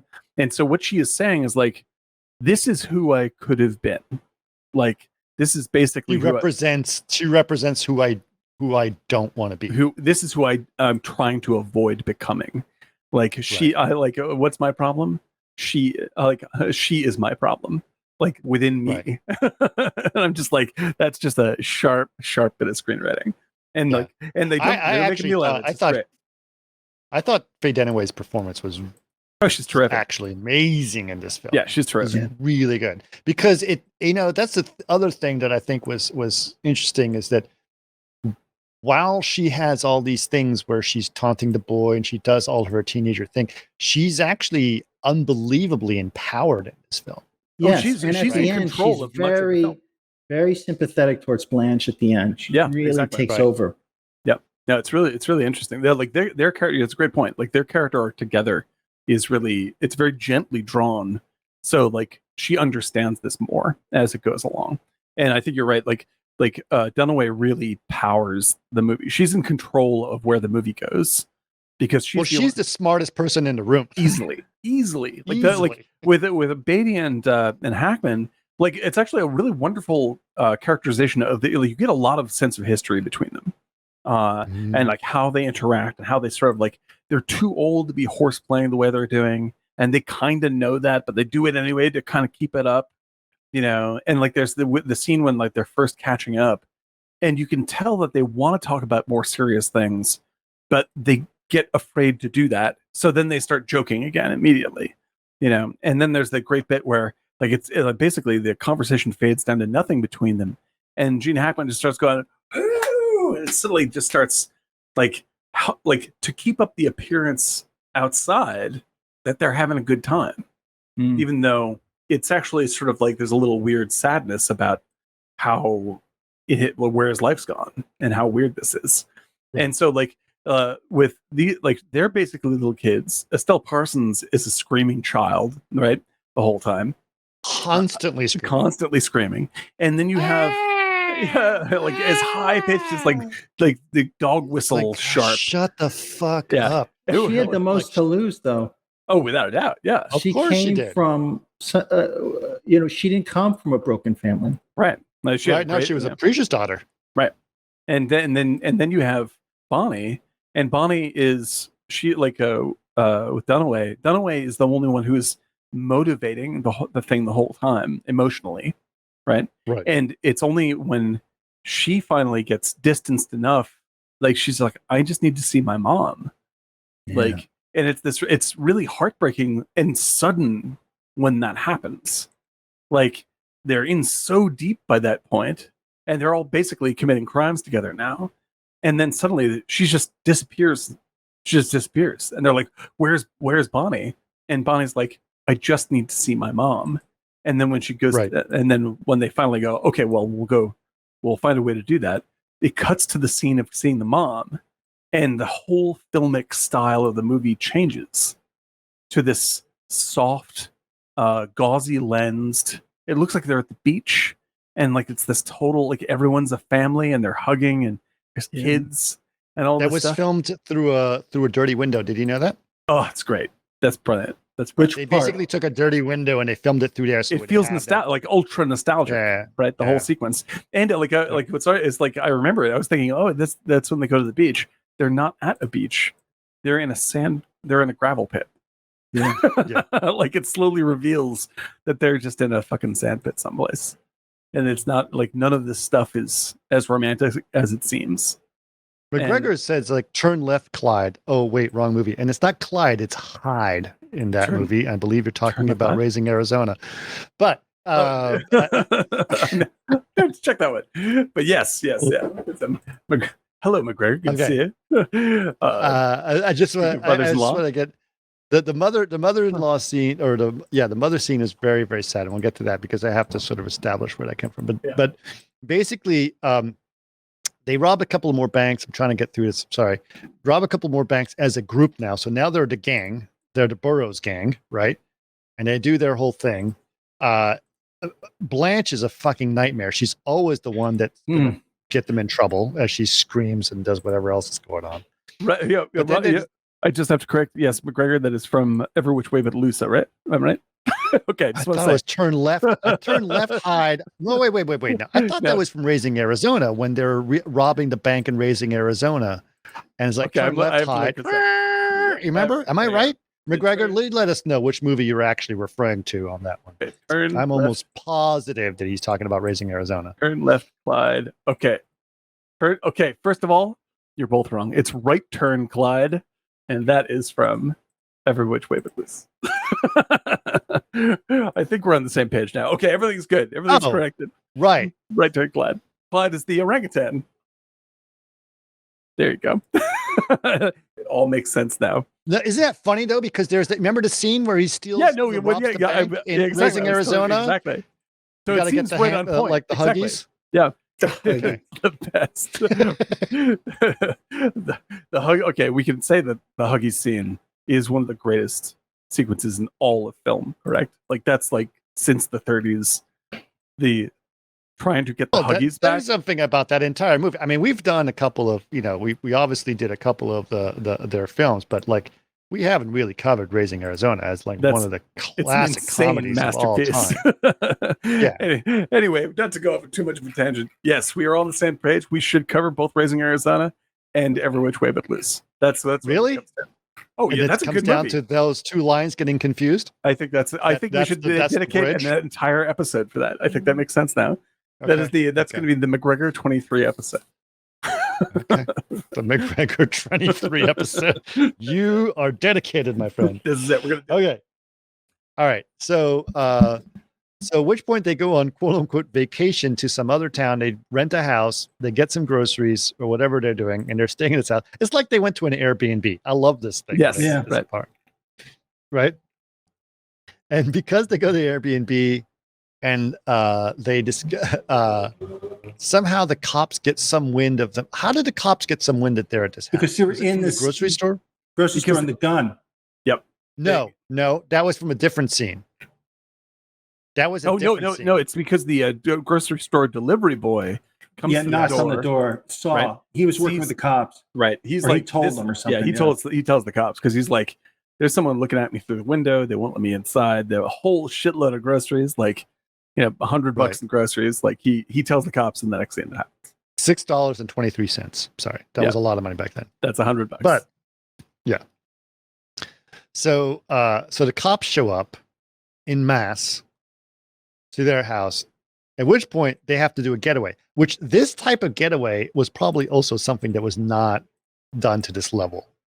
Oh, it's insane. Like, this is the scene I was talking about before that Michael Mann definitely is in love with. I love that car because they've got several. They've got several getaway scenes. This is not the most shocking one. The most shocking one was the one at the motel. To me, honestly, that was. Is it maybe okay? What am I thinking? I may be mixing it. Go ahead. No, it's not. Two different scenes. This is at the I'm calling it the Airbnb that they were staying up way up north. Mm-hmm. And this is after the grocery store, and this is when they escape and they ram into the cop car to get away. That's the first one that they have. The other one is where it turns way more violent, and one of the characters gets shot. Yeah, right. But I'm talking about the one where they got away the first time, but they kill a lot of cops to get out. Yep, like straight up just murder. This is what murder cops. But this is what ties Buck into it. Like they can't get out of it now because Buck shoots a cop with a shotgun point blank. Right. In order to get something to get away. Right. Yeah. Now, I don't remember if it happened there's a very important scene that happens. I don't remember if it was before that or after that, but it's around this time where there's some guy who finds them as they're pulled over near a river. Yeah. Or near a pond or whatever. And he is a Texas Ranger that is way out of his jurisdiction. Yes. Right. Ironically, his name was Walker. Oh, look, I'm kidding. Walker, Texas Ranger. He high kicks him. I think it is actually, but hold on a second. Because he's the dude that basically follows them through the rest of the movie. Yeah. What's his name? He actually looks like my old roommate from high school's father. No, Frank Hammer. Frank Hammer is his name. Yeah, that's right. No joke. Hamer. He corrects him. It says Hamer. That's right. Hamer. Frank Hammer. So he tries to catch him, but they catch him anyway. They pin him, they steal his gun, they handcuff him, and then they take a bunch of, they don't know what to do with him. It's like, let's kill him, let's do this, like that. And then Bonnie's idea is like, no, let's humiliate him. Yeah. We're going to take a photograph. We're going to take photographs of him with us having him captured, me holding a gun, like literally like cover of a magazine scenario. Mm-hmm. And then I'll kiss him, like just really humiliate him. And he is enraged, this guy. Yeah. This like it's partially, it's like emasculating him completely. Yes. And like, I think it's like they basically say like, it's because this scene happens to that guy that he decides to go after them as hardcore as he does. Yeah. That's his only motivation. Yes. In life. Right. And so, he, like they do all kinds of, and they just really humiliate him and then basically abandon him in a rowboat and fall. That's very dangerously, by the way.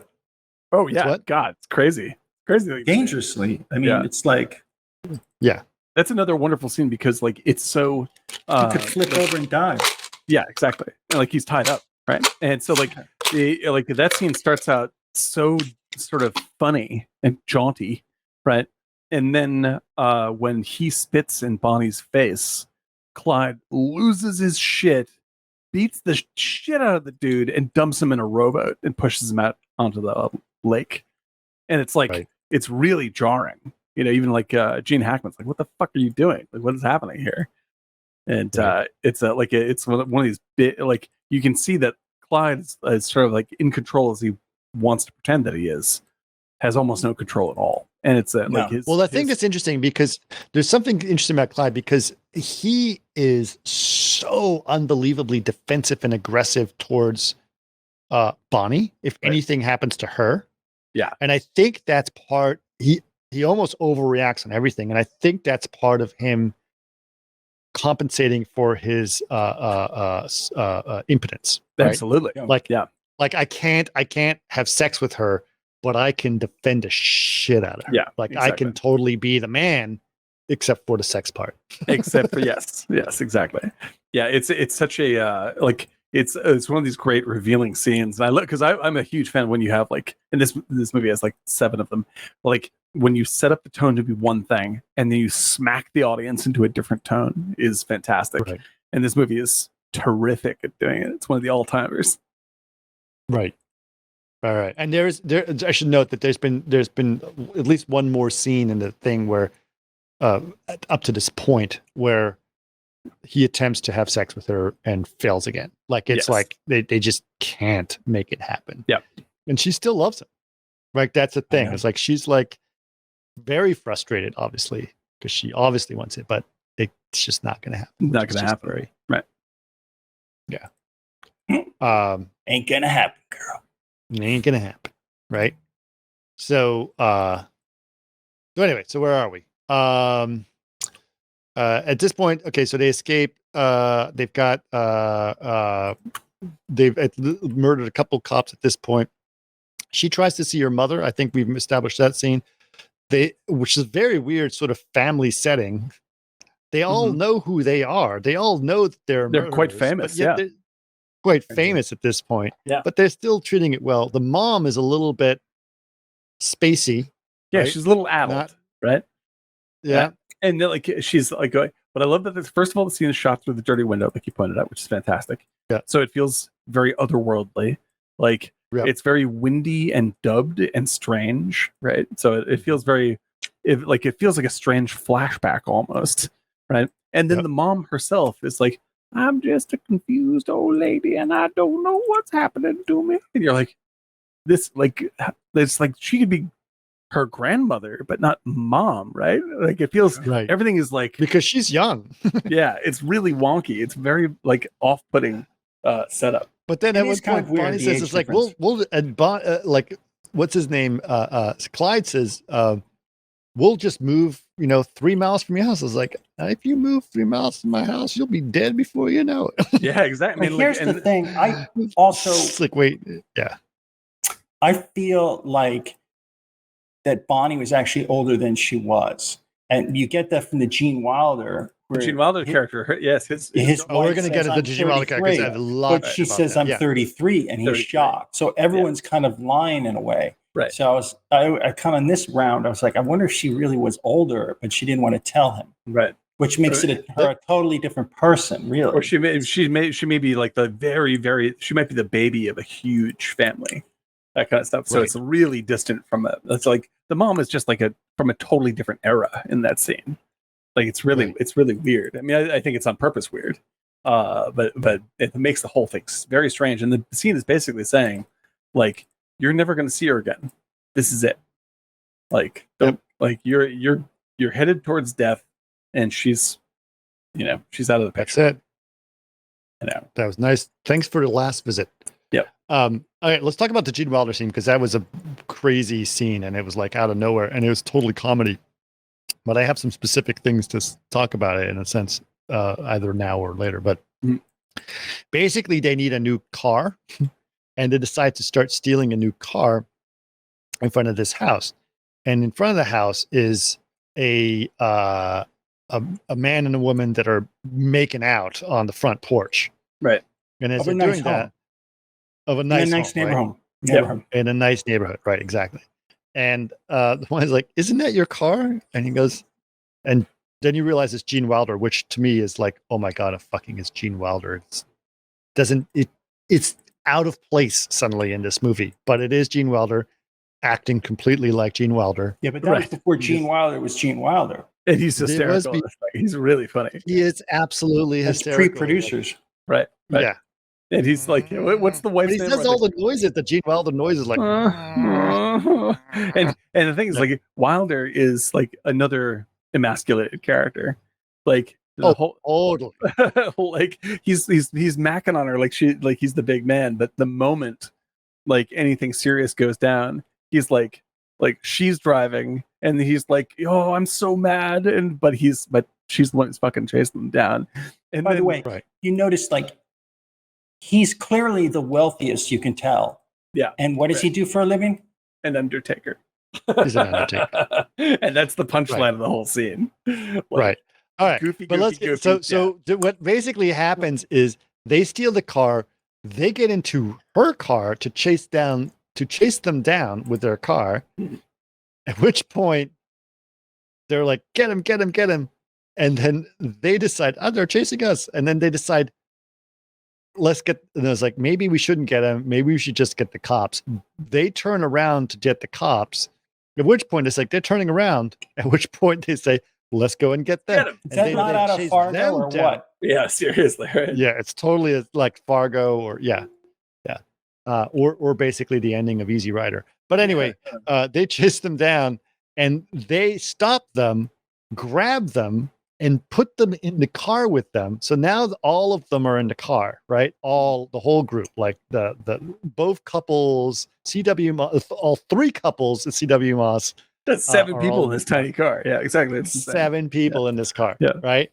And they're like confused about it. And they're like, we're Bonnie and Clyde. You know who we're us. And they're also like, yeah. And then they're like, basically like, we're good people, just like you, trying to convince them about what they do. Right. Trying to convince themselves that like, we're fine. Everything we're doing is just all in good fun. All in good fun.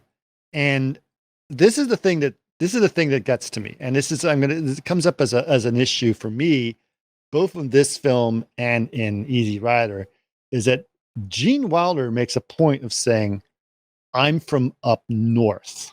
Mm-hmm. Right.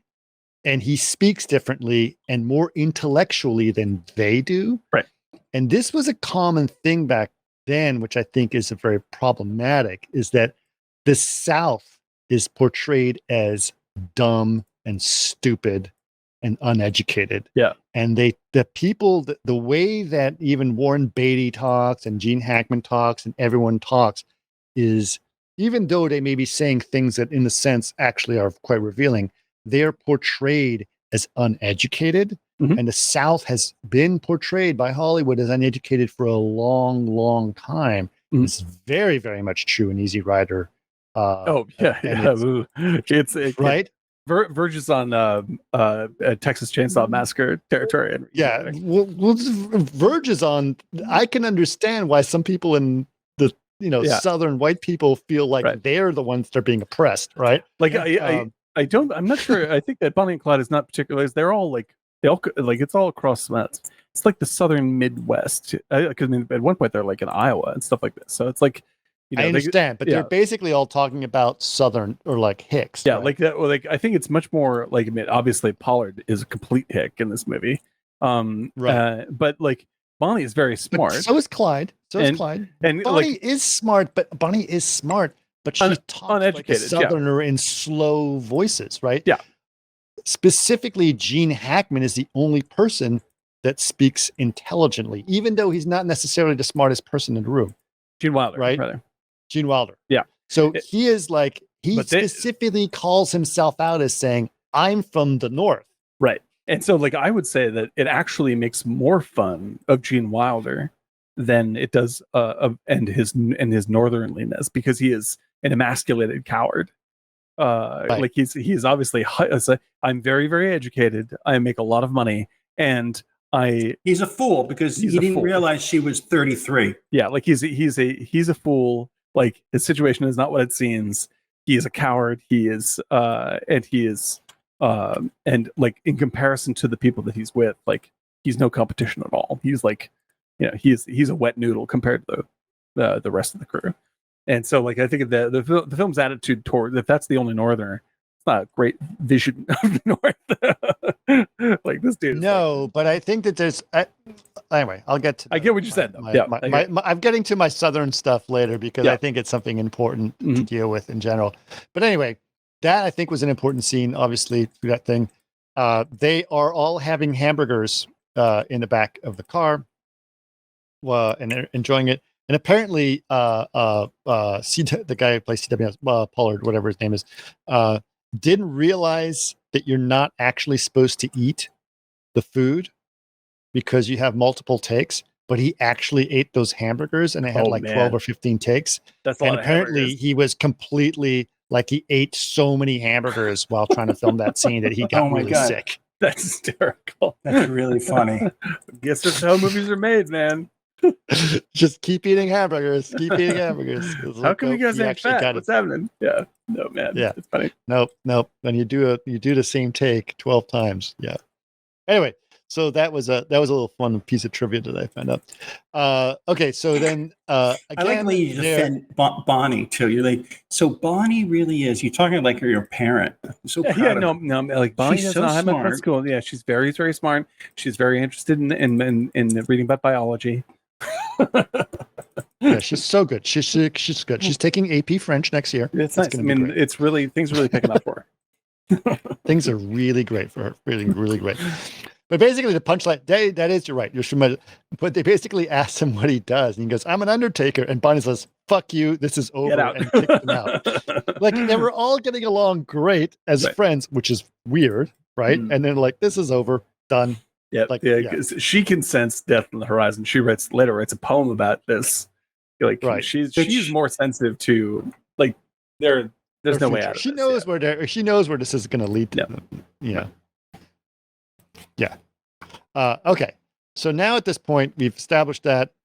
Okay. So this leads us to the next shootout scene, which is basically they're in a motel, and they get tipped off as being in this motel by the fact that they're getting groceries at some store. Also, we established that C.W. Moss has a big tattoo on his chest, right? That Bonnie convinced him to get, and this will be relevant in a second. But anyway, they all go to the Bonnie and C.W. Blanche and C.W. go to the grocery store to get some to go to a store to get some chicken sandwiches and ice cream or something like that, and they pay in cash, but at one point when they pay in cash, he reaches for his money to get cash. He has a gun on his side. Some guy sees the gun, recognizes them, tips off the cops, follows them. This leads to their next ambush. So the ambush is great, right? A massive ambush at this motel. Another takes the last shootout that happened at I call it the Airbnb. happens at TRB is escalated to the extreme. Yeah, that's on bananas. This one. Yes. I love that there was this car. I'm going to look it up right now. It's that tank car. Yes, it was basically like what's the, I'm going to look the it tank up. car at Die Hard that shows up? Yeah, Like exactly. Bring in the car. Bring in the car. 1930s streamline. Oh, let me look it up. Hold on. Yeah, that looks like some World War I equipment they were bringing in right there. So cool. Yeah, so it's basically like an armored car that they had brought in, but they actually they have grenades for some reason, and they throw out grenades to yeah, and I love that they don't lead up to any of that stuff at all. Like it's just out of the blue. You're like, oh shit, got a grenade. Like things are way more serious than I realized. And they got a whole bunch of Tommy guns. They got a lot of guns. Yeah, man. like you're having so much fun hanging out with them that you don't realize that like in between time, like they have an arsenal. Like it's really serious. And the cops are like, we got to show up en masse with the heavy shit in order to take these people down. And so, but put it in the chat. Yeah, oh, thank you. Yeah, that's when they show up with the cops show up with the tank car, you're like, I didn't realize how serious this had gotten, but here we are. Like, that's not it. That's not it. Maybe this, but a very armored one. It's like basically plate steel all around. Yeah. That's not it. That's pretty damn close. Yeah. That's in 1939. Right. I think it might be that car, but they added further armor plating to it. But it's such a weird feeling when you see that. You're like, I didn't realize like how famous they must be that the cops are like basically roaring in with the like World War I material in order to beat them. Yeah, but yeah, like that sequence is really it's very violent and really hectic, and beautifully shot too. Like it's like all by headlights the whole time, and it looks like they're on stage with a spotlight pinned on. It's fantastic. Here it is. I am putting it into our Twitch chat now. Hold on a second. I found it. Oh, we put the same link in. There it is. That's the one. All right, cool.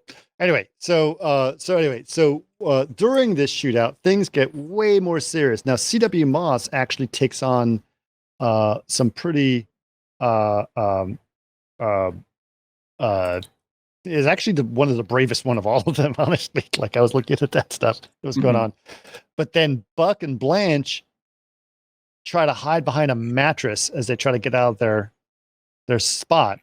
But Buck gets shot in the head. Yeah. Right? Like right on the side of the head.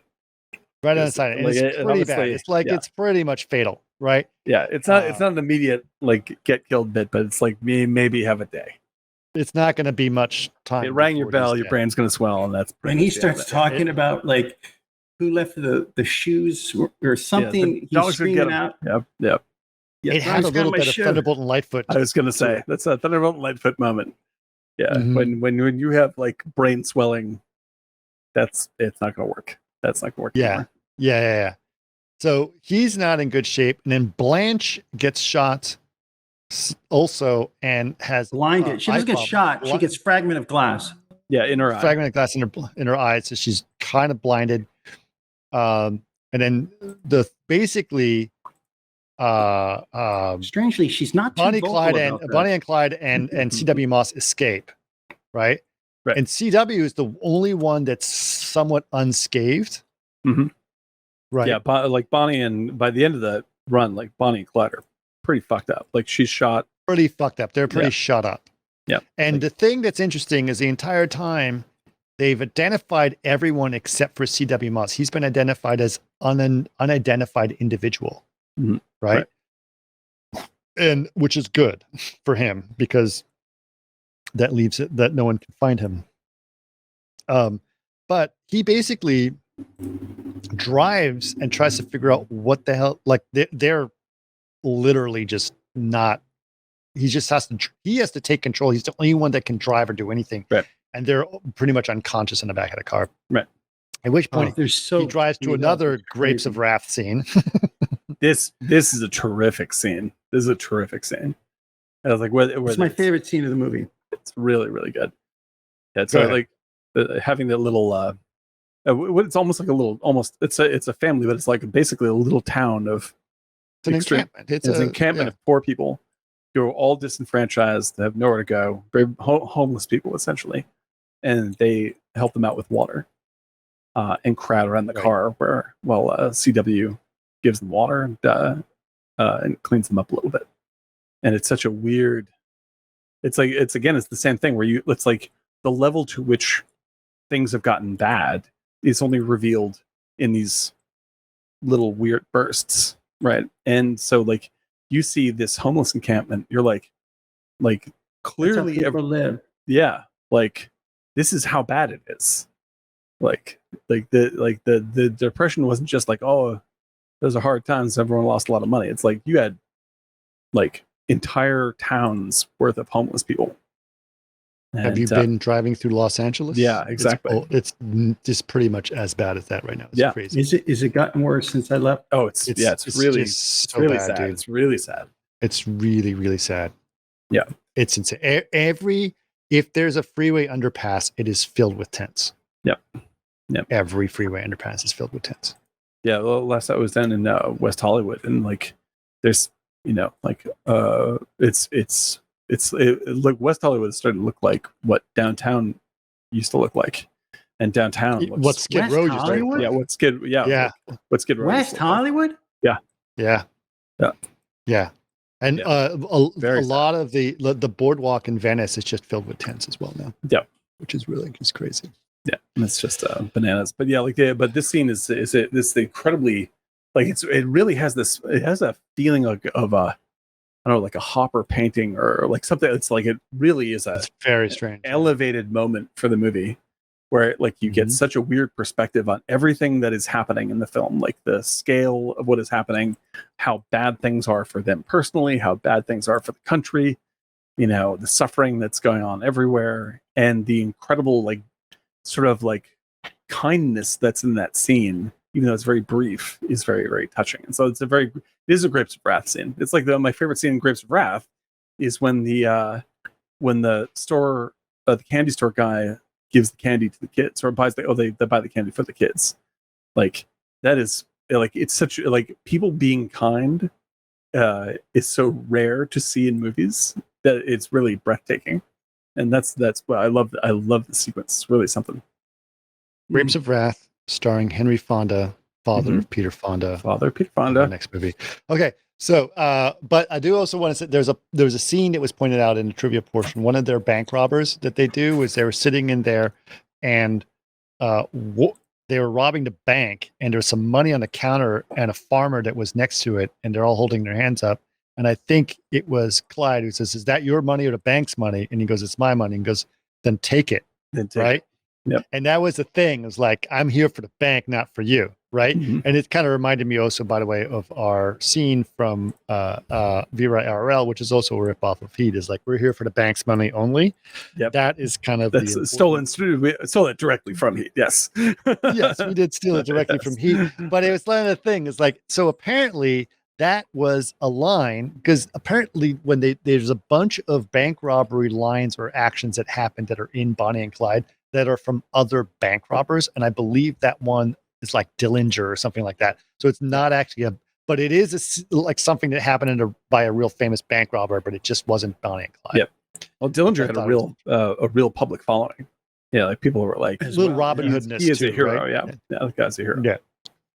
So anyway, okay. So at this point, they are, they go through this town. They're revered as these messiahs, right? In a lot of ways, as he's saving them with the water, and they're like, "Oh my God, it's them! It's Bonnie and Clyde." Like they try to touch his hand like he's Christ. Yeah, is that really Bonnie and Clyde? Yeah, exactly. Yeah, right. And so they look at that situation as these saviors, which I thought was an interesting thing to do, right? And which point then CW takes him to his dad's house, which is a farm somewhere in Texas somewhere, right? And his dad is kind of like, "Oh yeah, you guys can stay here, fix you up, et cetera, et cetera."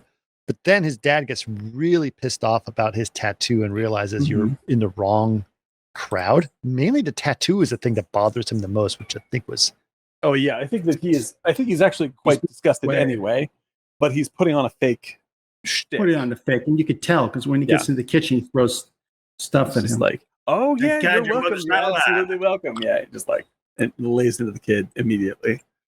Yeah, so I think he's focused on the tattoo. Like, look at what these scumbags have done to you. But like, he is talking at both sides out of his mouth because he's like, moments before he's like incredibly nice to Bonnie and Clyde, and the moment he's inside, it's like those fucking scumbags have got to go.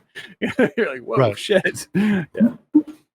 Right. So at this point, what's interesting is, true. But they, by the way, the casting was incredible because he kind of does look like CW's father. Oh yeah, and I've seen this actor. He's like one of the great character actors. I can't remember who that guy is, but yeah, the moment you see him, you're like, oh yeah, that did.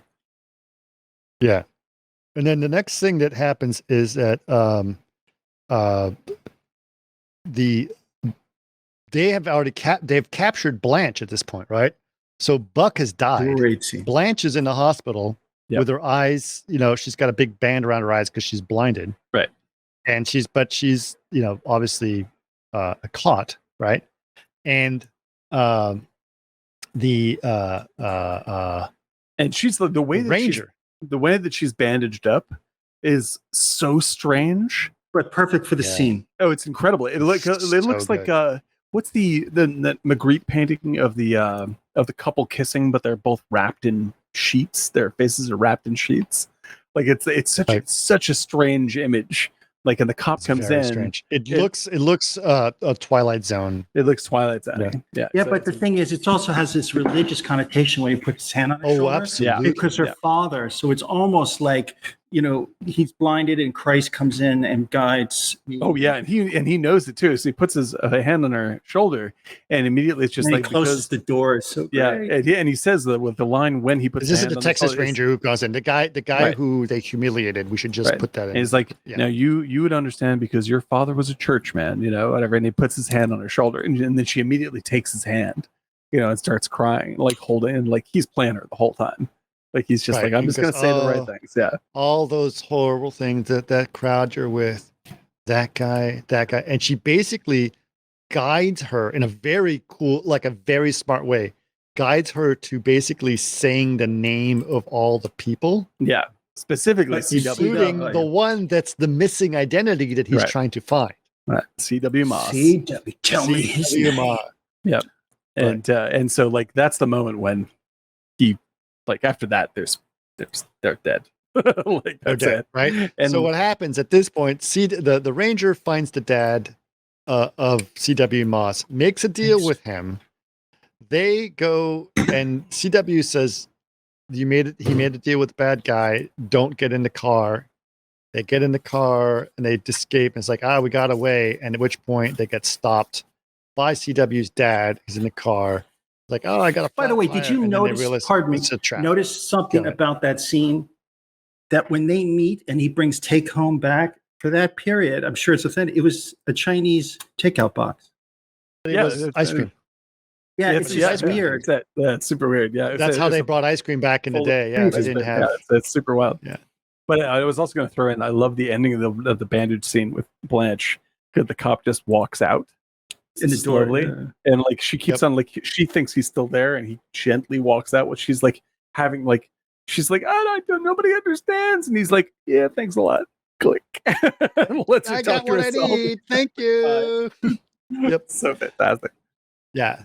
But basically what happens is that they're trapped and then they're trying to help CW's dad with a flat tire, but they realize they're trapped. Now, what's interesting about it, this is the famous scene is they look at each other, realize they're trapped, they're about to get ambushed. They try to embrace each other, but they get shot to hell. It's an extraordinarily violent scene. Yeah. They're just riddled with bullets, et cetera, right? Yep. Now, total setup, and they get shredded. Total setup. Yep. Now, apparently, that wasn't exactly what happened because they didn't feel that, and then she was actually eating a sandwich when they got shot in reality. But and she was quite invalid. She was from the previous in reality. Apparently, she was quite burnt and couldn't walk, and it was not a good scene. But here's the thing: I have questions like. Was that what you did? You didn't try to arrest people and bring them to justice. You just shot them in a car. No, Is that how the law worked? Well, yeah, it's not how the law should work, but I would say that like these folks were like, I think that there's the thing that they don't really include in the movie is that Bonnie and Clyde were really gratuitous murderers. Like they were really. I understand. Really they just wanted no matter what, you bring them to justice. You don't just shoot them down. That's what they should do. But like the motivation behind the cops is like, we're not here to like take them in. We're here to take them out. Like that is definitely there. That was definitely the real life attitude. I'm not arguing for it. Aren't you supposed to bring them in? Of course, but I'm just saying, present evidence of their things to the court of law, and then absolutely true. Absolutely whatever. True, yes. Like I was like, that doesn't make any sense. I had no problem with them getting gunned down like that, though. Oh, they are like the cops in that I don't endorse it whatsoever. However, I'm not saying that they're not guilty. I'm just saying that that's not how the law works. That's not how the law works, but it is how things work in, say, Texas when you're trying to stop serial murderers. We are with common law country. We are innocent until proven guilty. Absolutely true. Absolutely, this is not Napoleonic law. I do not endorse the wholesale riddling with bullets of career sociopathic murderers, even though they are career sociopathic murderers. They should be brought in. Everyone has the right, no matter what, to be brought to a court of law. Completely agreed. There's no court in this one. No, they simply mow them down, and that's what. And this happened in reality. Yes, this. And the thing is, like, this is what happens. You actually see a lot of it. If you see Michael Mann's Public Enemies, you see people like Babyface Nelson and all these guys. Like the cops and the G-men were not there to fucking serve papers. They were there to shoot them dead on the spot. Like that's what they went out to do. Like they weren't fucking around. And that also happened, obviously, in we brought it up in what's that movie? Sugarland Express. Yep. Just like this is going to stop the. We'll deal with the consequences later. It's time to just fucking gun these people down. Like on the off chance that they will escape justice, we can take care of that with a shotgun blast right this second. That is the mindset. Right. Yeah. No, okay. I'm I am anti-death penalty, so I definitely disagree with cold-blooded murder. I think that is not the purview on all sides. Yes, I think that's generally a terrible idea. But that is how that is what they did, and that is definitely the mindset of the both the cops and the feds at this period in history. Right. And arguably often.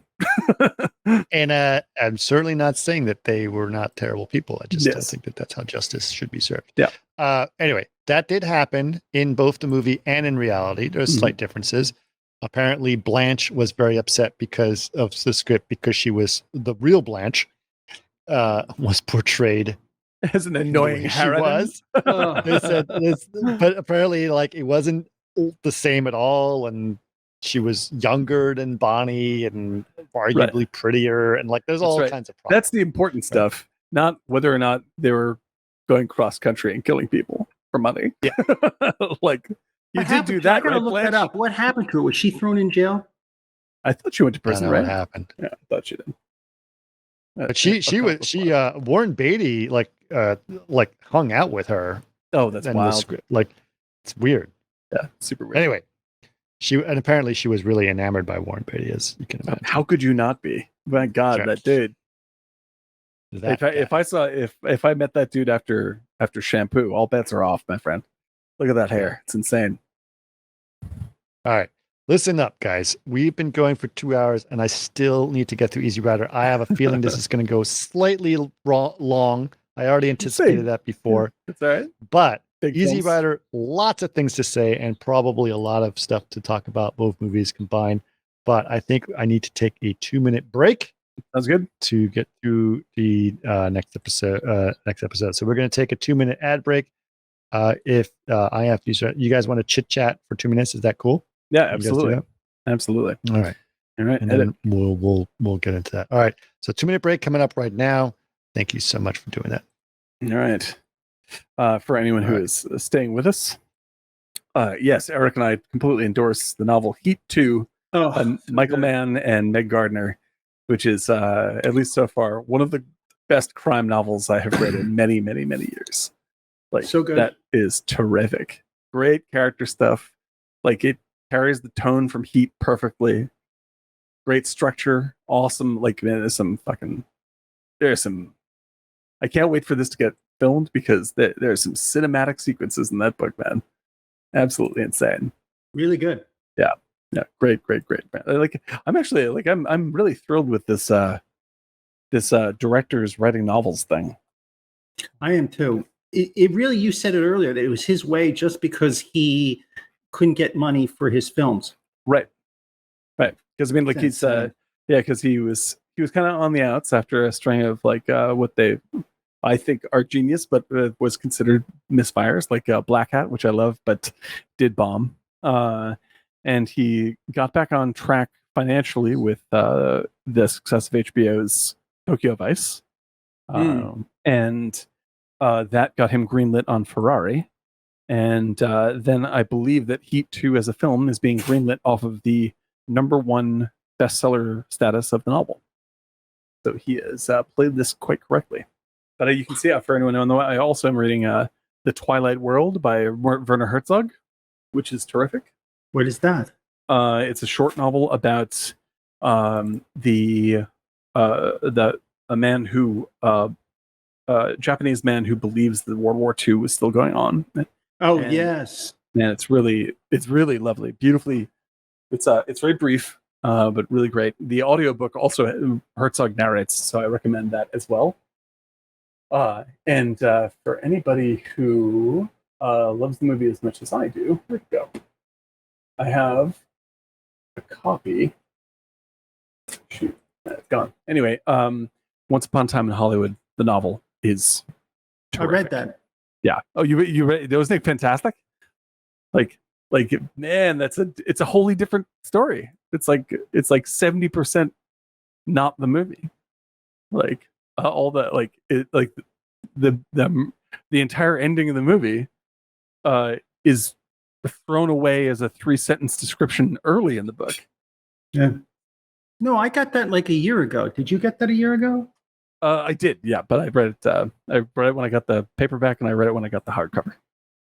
That's a great little bit of work with lots of great Hollywood backstory, and it changes how you view the film. So, and with Heat 2, I feel the same. Like, that is a deepening and sort of altering experience for watching Heat. It's really nice. Incredible. And we're back. Yeah, we've been back. There we go. Nice. Okay.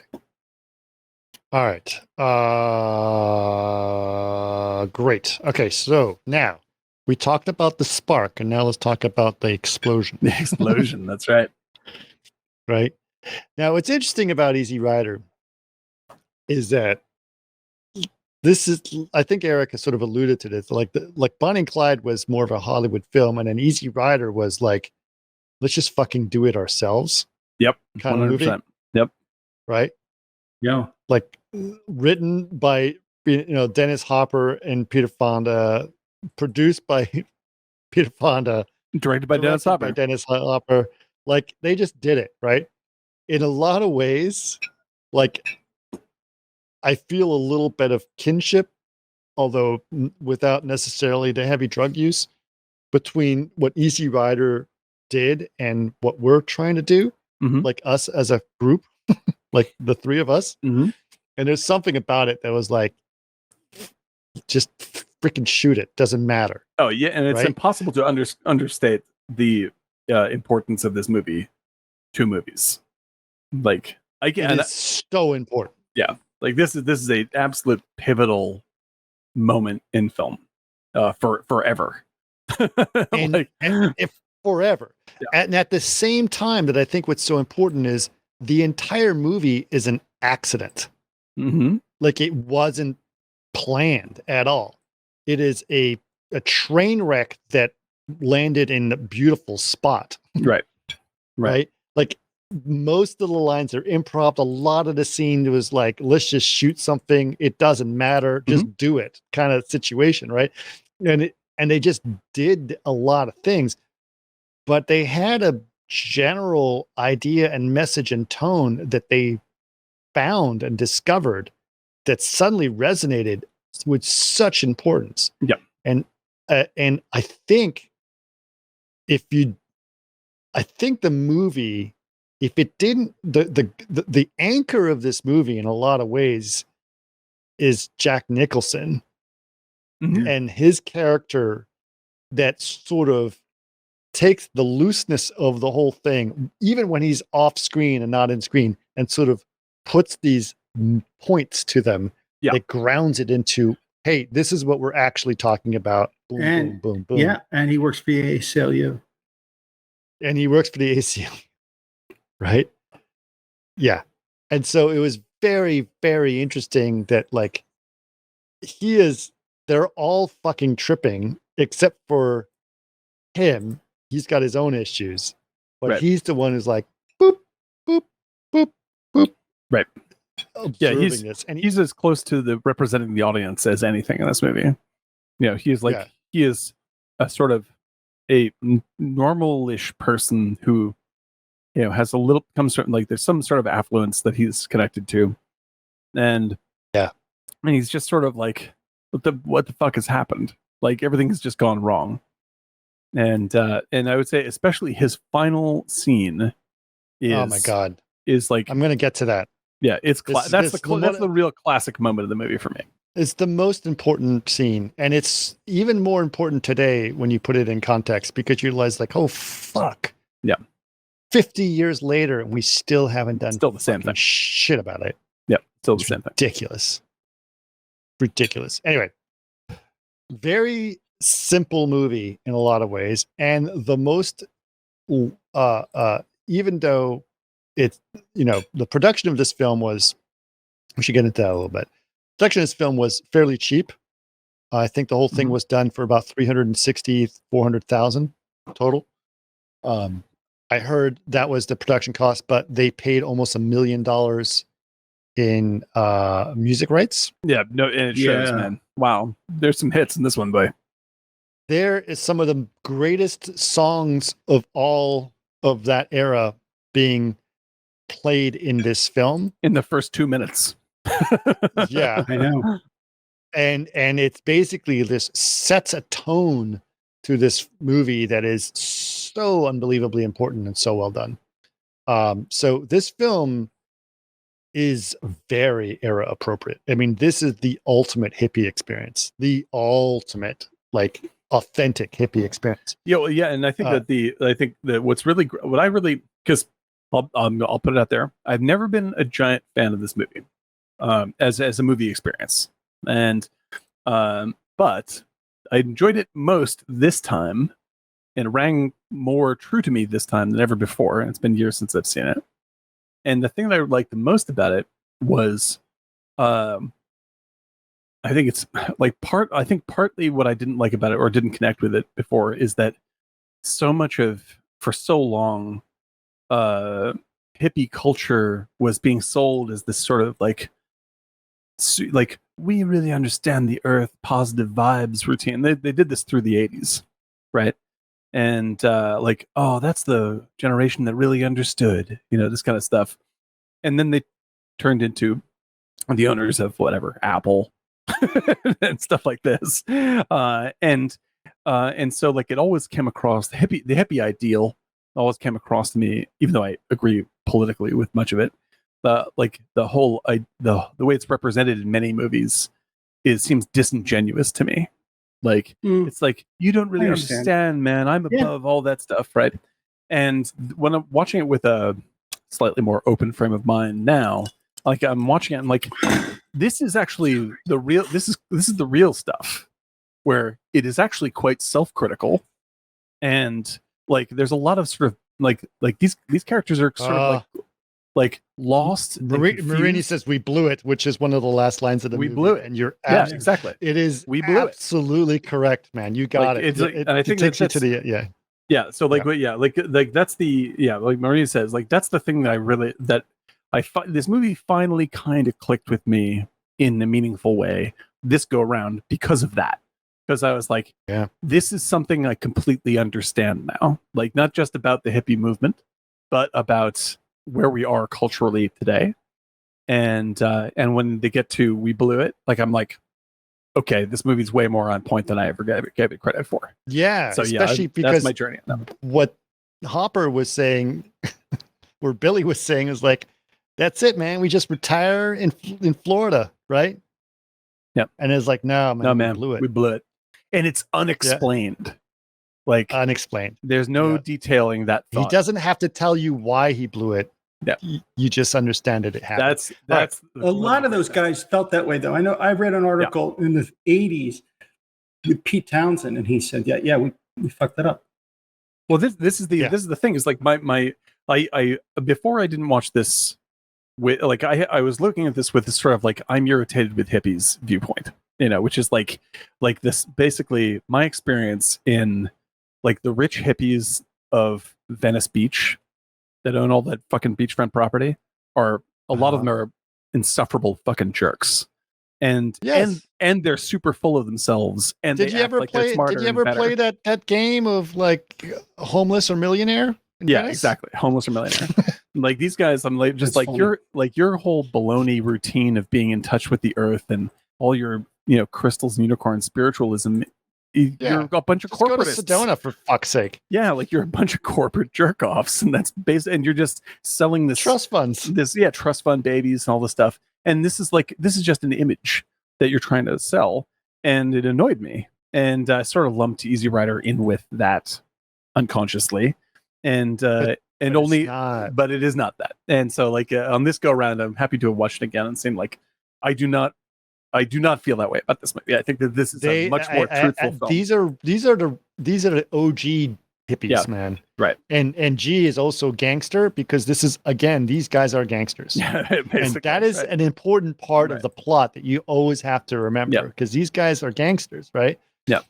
They're literally drug dealers, and drug mules, right? Mm-hmm. That are dealing with this stuff. And so the plot is quite simple, but it has these great moments through the journey. It is the best example of a journey film to me. And I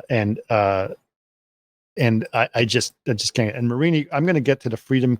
It's probably going to take like 40 minutes to get through the freedom conversation, but that's near the end of the movie, and we'll get to that point. Okay, so starts off with them in Mexico selling cocaine or like they buy cocaine. Yes, they buy cocaine in Mexico. And they're riding these choppers. Very important. Just look it up. Just look up Easy Rider. Their outfits are iconic. Also should note that Peter Fonda's motorcycle was a pretty extreme chopper with a really chopped down look to it, which was very hard to drive.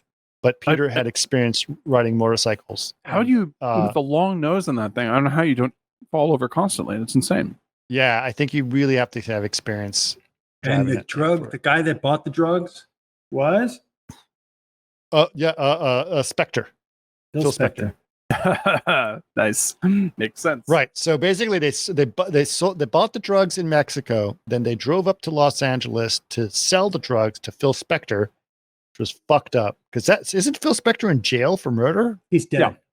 He's also dead. But he was on trial for killing his wife, right? Is that right? Not his wife. He brought this woman Clarkson, into his home. He always liked to play with guns, and sometimes he just uses it like, what's his name used it from Bonnie and Clyde, and he would just kind of use it. That's why Yoko Ono hated him, because he produced the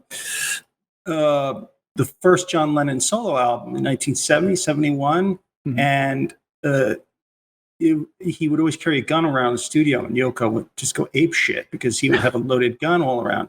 And so they really disliked him for doing that. But he always used to carry guns and do little, spin it around your finger kind of stuff. And It's so basically just a he met her in Pasadena, and he brought this Clarkson woman home. And I guess he was making out with her, and he's like, "What if he put the gun to her head or something, like the way he always carried a gun, but it went off. It went right through her forehead." Oh God. Ugh. idiot. Yeah. So, but he always had problems with guns. Had no problem buying that cocaine in this movie, though. He was a strange guy. He's the guy that went to his high school reunion with bodyguards and sat at a table, and people would come up and say, "I'd love to just say hi to you. Remember, we went to high school together." And you'd have to wait in line to talk to him.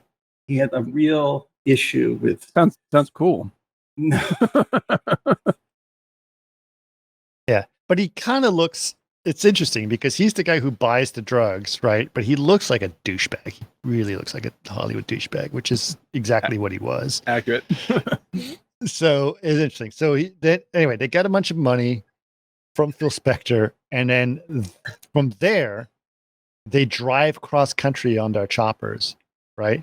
Through the South, mainly through the South, right? So I know exactly the route that they're quote unquote supposed to take. They're going from Los Angeles, Arizona, New Mexico, Texas, Louisiana, and then obviously onwards, right? So okay. So as they go through there, they are on their journey, and they run into a hitchhiker who is known as the Stranger or whatever in the credits. He doesn't have a name, but who's also clearly somewhat of a hippie, right? The hippie thing is a big thing back then. Like this, identified by people who don't have a haircut. Like literally, I wouldn't be identified as a hippie because I shave my head, right? I am often identified as a hippie. You would definitely be identified as a hippie, like pretty extreme hippie. Eric would probably be identified as hippie as well in this situation. So like unless you had a clean cut, like crew cut haircut, you were a hippie. And it's bad deal, right? Right. So these guys are doing it, and they pick up this guy who is clearly also with it, wearing floral patterns, scarves, that kind of situation. And they help him out, and he leads them to a commune that he's like, they drop him off at his place, which is a commune. And it's the hippie commune. This was also quite common in this area in this time, to have these hippie communes where people were trying to live off the land situation, right? And they are not doing well at that. Right. No. They're sowing seeds in sand.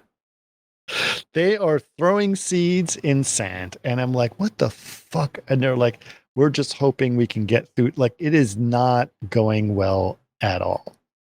But at the same time, they're like artists and theater people. And like, there's no common sense going on here. No common sense. But they're like, no, the land will provide. And like, nope, it won't if you fucking throw seeds in sand. You don't know what the fuck you're doing. And it's quite sad.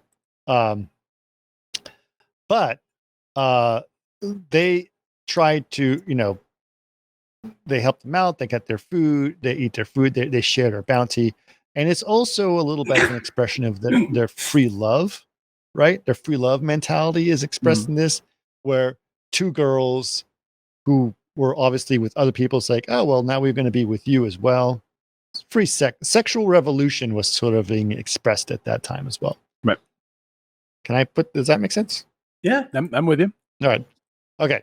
Now, what's also all interesting about this is there's several things that happen that make this film like clearly not like Bonnie and Clyde or any other corporate film at all. It is shot haphazardly. Very handheld feeling to it.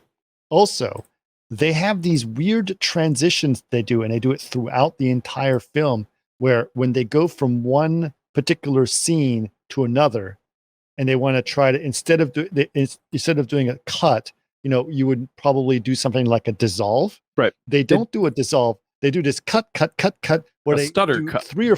Stutter cut between two different scenes, and it's jarring. And deliberate and gets your attention. Like we're about to go someplace completely different. Right. And they do this stutter cut, and it's awesome. I don't know. I loved it. Yeah, well, it's the kind of thing that if you were a studio person, you'd be like, this is a mistake. You made a mistake. It's good. It's so jarring and so sort of abrasive that it's nothing like the studios never do anything like this. And actually, my favorite one is when he takes off the watch, like where it's like, oh yeah, like it's the ground. Like it's like he's taking it off and it cuts into him taking it off and zooms out while it's cutting into the future, and you're just like, what the fuck is happening? Like it's utterly bizarre. Right. But it's meant to knock you off your feet. And it does. It's supposed to, like, it gets your attention. It's like you're not just experiencing a normal cut that you don't even notice. We want you to notice this. Yeah, we want you to think about what you're seeing. Yeah, we want you to be aware of what you're watching all the time. Right. They did so much drugging during that film, dude. It's like so much. It's unbelievable. So I heard you read in Easy Rider where they cut, and the cutting of the film, he goes to New Mexico, Taos, and it's just total, like, total, just mescaline every day. I mean, he's just lost his mind. Hopper was a fucking mess, man. Oh yeah, dude, crazy, insane. That was around the time where he was on a flight from New Mexico going back to LA, and he's like, I gotta get off, man. And he climbed onto the wing as he was taking off. Right. Like, come on, guys. Get your shit together. Holy moly. Yeah, he's a loose cannon. He's a loose cannon on Apocalypse Now. He's a loose cannon. Wasn't it so similar the way he's walking around that compound? It reminded you of Apocalypse Now. I know Kurtz is just going to start throwing shit at him. Right. Hey, man. Right? Come on, man. If I could be a pair of ragged claws crawling across the boat. Right. So, like, hey, man. And the thing is, like, man, his like the scene from So I Married an Ex-Murderer. Like, hey, man. Harriet. I got you picked that up Harriet. Exactly when I said it. Sweet Harriet. Yeah. But like, I think Hopper's really interesting in this movie. Like, because he's directing the movie. The movie is like he's definitely taking advantage of whatever bizarre shit is happening around him. Yeah, but the thing is a fucking train wreck. Yeah, and so it goes from scene to scene, like with no explanations. I mean, some things happen so abruptly, like you have to sort of put it together in your mind and really. So maybe they went to you have to sort of like construct it for him.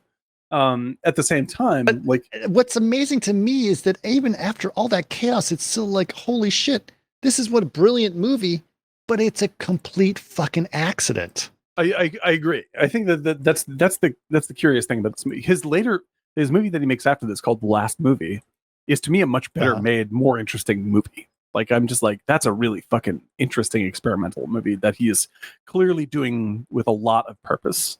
And Easy Rider is just sort of like he's just throwing up his hands and they're getting whatever they can get. But at the same, but they got gold, dude. They got at the same time what they get, and great. Whoever edited this film together, it deserves the biggest credit for making this happen. You know, he and did. He was. Well, go ahead. Go ahead, Eric. Yeah, like he did. I think he was heavily involved. It took a while, but he definitely was heavily involved in the editing of it. And he, it's an interesting thing. It's like, I look at that and it's like, the way they got it done was, they were friends from LA. And here you put essentially the kid whose father is one of the most famous Hollywood actors in the world. Mm-hmm. So it's almost like this spoiled rich kid. I can get the money. It will make some of the executives a little bit easy because, we got Peter in it and he has the connections in case things go south. Right. But it's a total wild card. The drugging was because it was all real. All the drugs they took were real. Oh, so it was just like. I just want to say that this film was edited by Don Camburn, who also edited the following. Don't look it up. Tell me what else he edited. I don't know the name. 5 Easy Pieces. Nope.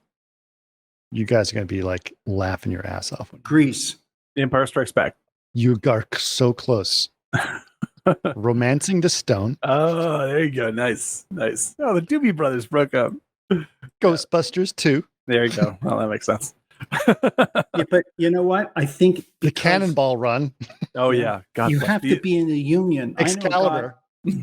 I love Excalibur, dude. That's a great one. That's a bizarre movie. But you have to writer is like he should have been like one of the greatest editors of all time. Yeah, he was up there with Merch. But the thing is, I know that Hopper was involved in the editing. Really did. Probably. Sure. I know a guy. I used to design sets for him, and he became Abel's Farrar's editor for years. Man, it's like the mid '90s. Jim was cutting, and I saw his credit, but there's a lot of times he couldn't get the credit because he wasn't in the union, but he cut the film. Right. So The Funeral, all those films, he was like involved in cutting the film, but he just couldn't do it. Well, it's like the Coen brothers. Their editor's name is shoot, I can't think of it. It's Roderick Janes, and Roderick Janes is them because the union won't let them credit 2 editors. That's right. So they're just like, nope, it's got to be a single person. So like Roderick Janes like was nominated for an Academy Award. I'm like, who the fuck gets up for that one? Oh, I see. Yeah. Anyway, okay. Anyway, I want to sort of get it. Where were we? So the commune situation, and then there's a scene where they take the 2 girls and they go swimming, skinny dipping in a quarry. And what's interesting about that, it's such a beautiful scene. It's a beautiful scene, but what's interesting is that Peter Fonda was actually in a hospital when that was being filmed. So he is, if you look very carefully, you never see, they did a really interesting editing and filming trick where there's like some legs and you see Peter Fonda, but that was filmed at a different time and they made it all work. So it seems like she's all pulling on his leg, but that's not actually him. That's funny. Right. That's so cool. There's actually some interesting little editing tricks that they did to make that happen. But anyway, that's the situation they're in. But then they keep going. They go back on their journey. They get back in a thing. And they have these incredible montage sequences of them driving with these motorcycles. And it is just breathtaking scenery. What's weird about it is having driven through that. And you actually did a drive, very similar to that. Me and my oldest son went. Yeah. It looks the same.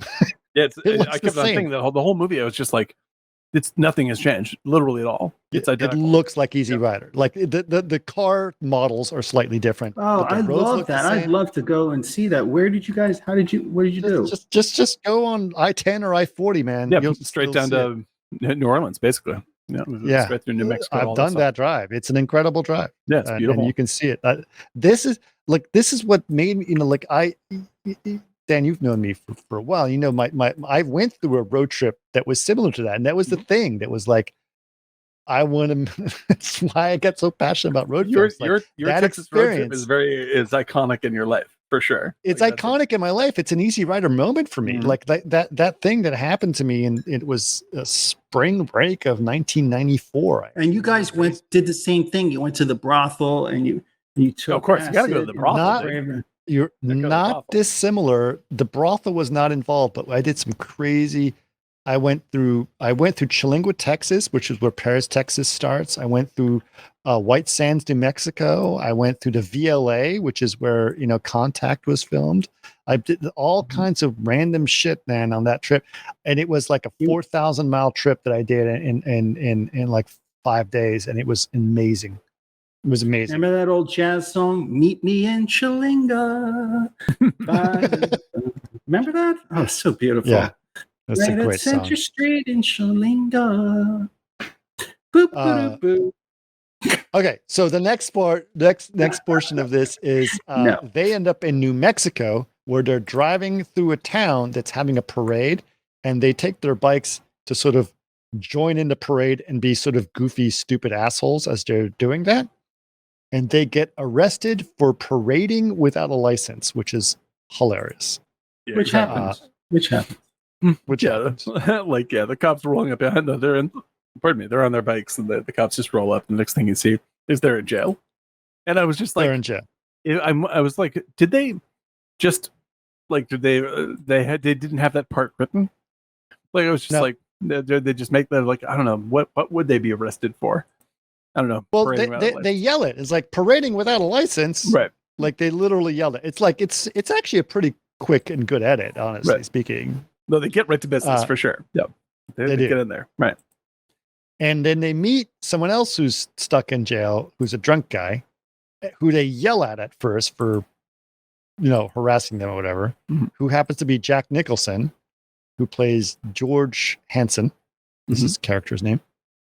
And it turns out that even though they're yelling at him and upset because of all the whole situation, George Hansen says, "Oh no, it's okay, guys." And then he gets out of jail because he tells the cops, like, "Oh, I guess I must have really tied one on last night. Sorry about that, guys. I'm going to get out."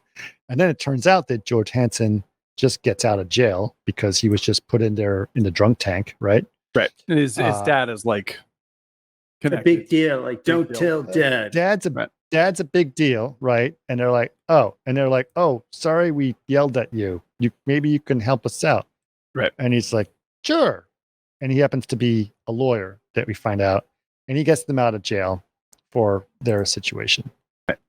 And then they hang out with him for a little bit. And they're talking about how they're going to go on their trip. And it's like, boy, I sure would like to go to Louisiana. He talks about a brothel, right? Isn't it that when he talks about the brothel? Right. Yeah. He says, yeah, there's this amazing brothel in Louisiana. And he knows about it because, like, basically his dad goes there. Like his dad goes there. Yeah, it's like, this is a really ritzy place. Yeah, if you have a lot of money. Fancy, a lot of money, you go to that brothel in Louisiana. I'd love to go to that. At which point,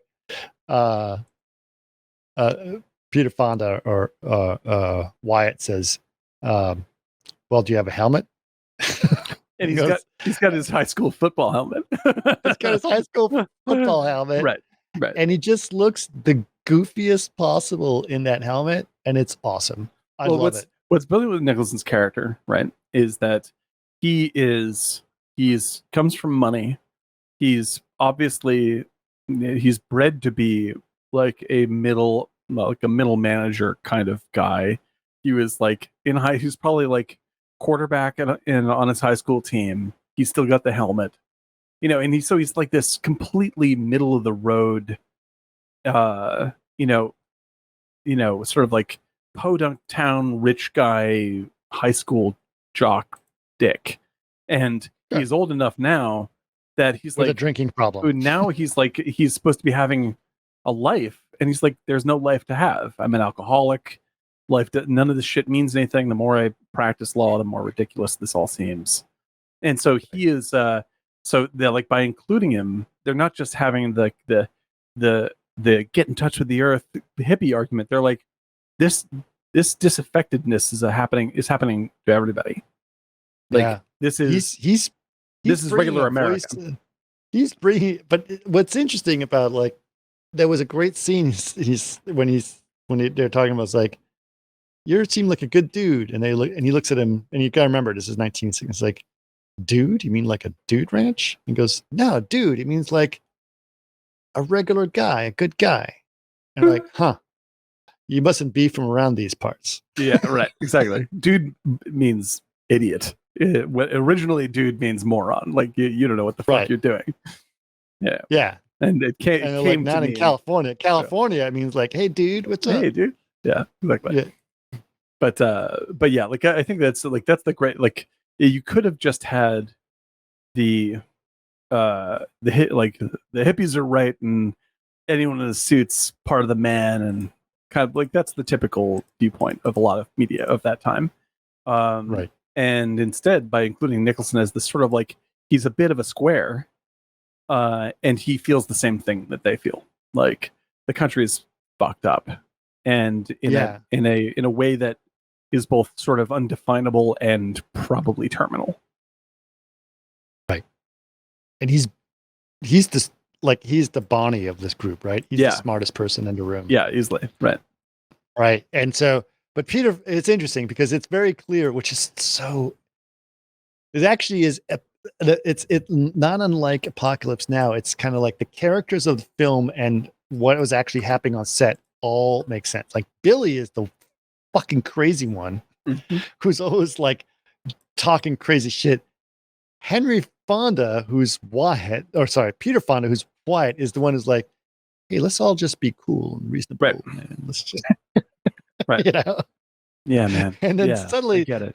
Nicholson is the one who actually memorized his lines. Right. Like exactly. actually says real things. Yeah. Right. He shows up. He's like, I'm an actor. I'm being paid. And these are the things I'm going to say. It's important. This is a story. And he's good at it. Yeah, exactly. And he got nominated for an Oscar. I believe he won an Oscar for that one.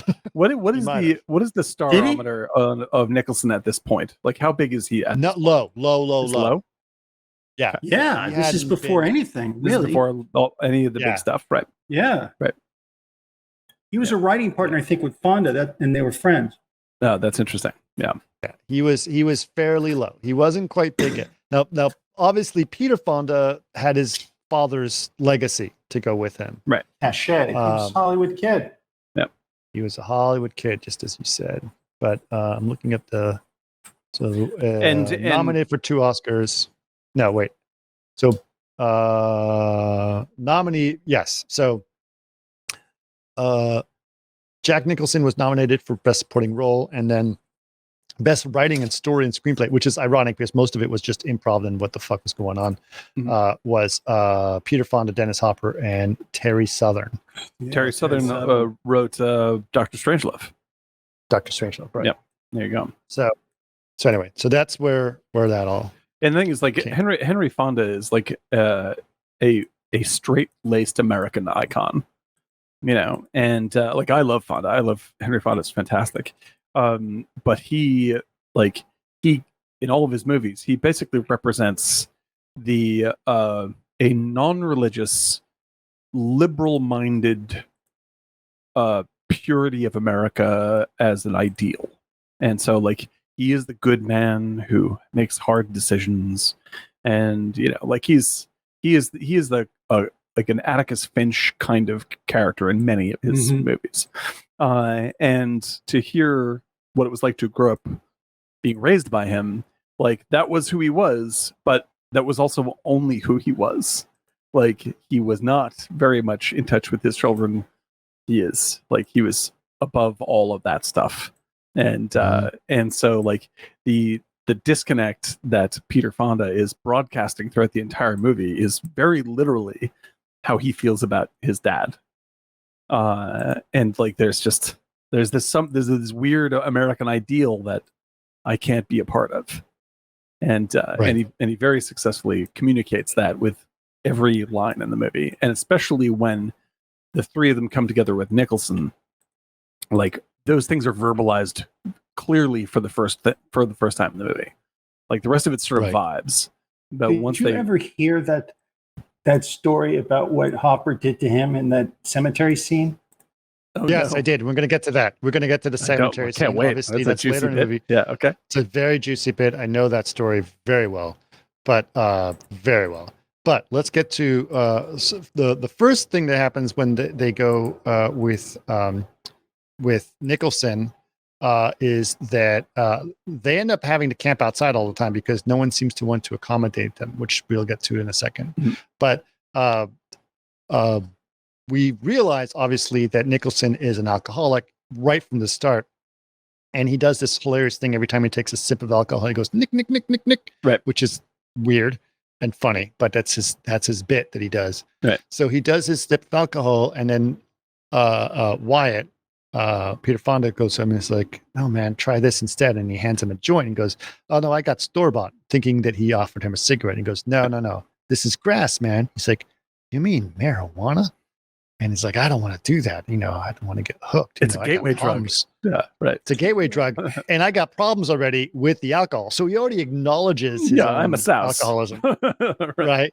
And so it's like, no, try it, you know. And so he does this. At which point, Hopper, who is probably in real life already stoned out of his mind, claims he saw something buzzing across the sky, like some UFO. At which point, Nicholson does this entire conspiracy theory speech about aliens living amongst us that is so funny. Yeah, and totally like he makes it sound like completely believable because he just does it in this matter of fact. But what apparently the Venusians, the Venusians, and like how they're living amongst us, and there's land, they're living. The government knows all about it, and this whole thing, but they can't let us know about it. It's just this hilarious speech, and Hopper's just looking at him like, "What the fuck are you talking about?" At one point, Nicholson bursts out laughing, which apparently was an outtake that they kept in there. And then they cut to him continuing the speech from a different take. But basically referring to like, oh, we'll keep the laugh in there because we want people to realize that he knows this is all bullshit. Bullshit. It's all bullshit. Yeah. Exactly. Right. It's really, really funny. Yeah. No, it's great. Was that improv on his part? No. The laughter was just an outtake, but he was online. Apparently Nicholson was like incredibly precise reading his lines. So and everyone else is like, we have lines. Yeah. Oh my like God. Hopper is like, I'm just fucking stoned the whole time. Yeah. Yeah. All I can ever think about with Hopper is the line from Hearts of Darkness when Coppola is talking about him. It's just like, I got the fuck up. Yeah, exactly. It's just like, Marlon shows up and he's like 100 pounds overweight, and over here I got crazy fucking Dennis Hopper. Like, yeah. Hold on, I'll be right back. Always this case with Dennis Hopper. Yeah, he was pretty nuts. Yeah. But he was like that in the 50s, apparently, like with other directors. No, because he's in Touch of Evil, and you can tell that he's already. Oh, is he one of the gangsters in there? He's one of the gangsters. If I'm remembering it correctly, I believe he's one of the gangsters in Touch of Evil. Yeah. Yeah, but he was banned by directors. Oh yeah, he's fucking he's I can't imagine trying to work with that guy. Dean Martin movie he was in. Oh, and they kicked him out. They said the 86. Well, he was blackballed after it. Yeah, man. I can't imagine what a fucking pain in the ass that would have to be to work with a dude like that. We're just like, dude, we're just trying to fucking shoot a movie, and here you are. Like, I mean, Coppola's asking for it when he knows who Dennis Hopper is when he hires him, and then he's pissed that he's Dennis Hopper. He's just like, well, hey man, this is what you ordered. Don't have the Dennis Hopper. Like, that's a problem. Unbelievable. But he lived in Venice for a long time, right? He was down the street. Oh yeah. He's a local legend, and I think that Hopper really does. He becomes a pretty interesting director. He doesn't do tons of work, but when he makes movies, he's. But he was a fucking bad boy, man. He was insane. Parties and the violence. Mm-hmm. Apparently, there's a story about how he didn't trust the cameraman on Easy Rider, and he wanted to get all the cans of film stored in his room because he didn't trust them. And he got into this fight with a cameraman about it, and they burst through hotel rooms into other, it was like this full-on fight, Jesus Christ, what a fucking nightmare. It's hard enough to film a movie to begin with, and then Dennis Hopper's there. Yeah. That sounds like a real problem. But he is he's very, very good in the movie, and he's very naturalistic. Like, he can't help but be himself. No, he is. He is the person that Billy is Billy, and Billy's a problem. Yeah, exactly. Right. He's paranoid. Billy's a problem. And I love how he oscillates between being like jokey, mad at you. Like, it's like, he's a child. He's like a little kid. Yeah. And he's like, I think he's great. I think they're all great in the film, but I'm like, I think that it's great that they bring Nicholson in, because Nicholson is much more of a lens for the theme of the film, and he actually gets to say stuff out loud that the movie is like hinting at, but he can bring into focus. And that's it also should be noted that Peter Fonda's character, who's played Wyatt, he's got his crazy chopper, which is pretty extreme, and the tank on it is painted in the American flag, right? And his jacket has the American flag, and they nickname him Captain America, right? Yeah, which I think is very interesting as well. It's like, this is America, right? Right. And they're going through the heartland of America and being rejected by everyone around them. Yeah, because I mean, Hopper's dressed like a Custer, basically. He's basically dressed like Custer. And so like all this American imagery, and like America won't have them. Like, right. Yeah. And no one explains this to them. It's just true. Yeah. Like there's no scene where it is true. He's like Custer. Yeah, he looks like Custer. And so like he's and so there's like every scene, there's no scene where like there like someone comes up and says, "You're not welcome here." It's just they aren't. Oh, pretty close to that though. Yeah. I mean, like pretty close to that. There's a scene, the diner scene, but they're not talking to them. Yeah. Okay. So that's an important part. So let's see. So how do we get to the diner scene? So I believe they have that conversation about that, and they keep driving. I'm not remembering for something else, but they keep going, and then they end up getting to try to get something to eat. They've been rejected by several places. They try to get to a hotel. As they pull up to the hotel, like a motel, the guy opens the door. They're like, "Hey man, you got a room?" And the guy closes the door and turns the no vacancy sign on, like literally in front of them. Yep. Like that, like they don't exist. Exactly. Like that. Right. Like you might as well be, this is the 1960s, but it might as well be a black person. Yeah. Right. Yeah. In the Just 1950s. Like, nope. You look like a bunch of hippies, and hippies are evil and bad. Right. Yeah. So they show up at this diner, which is supposed to be Texas, I believe, Louisiana. And they're trying to get a bite to eat, regular diner. And the people, by the way, who are portrayed in that diner, they're all people that were local to that town, honestly speaking. They agreed to be part of the film. And it's like, we have to, you want you to look at these guys and say, hey, these guys are no good, and say derogatory things towards them. And in order for them to get more visceral reaction towards these people, Dennis Hopper told them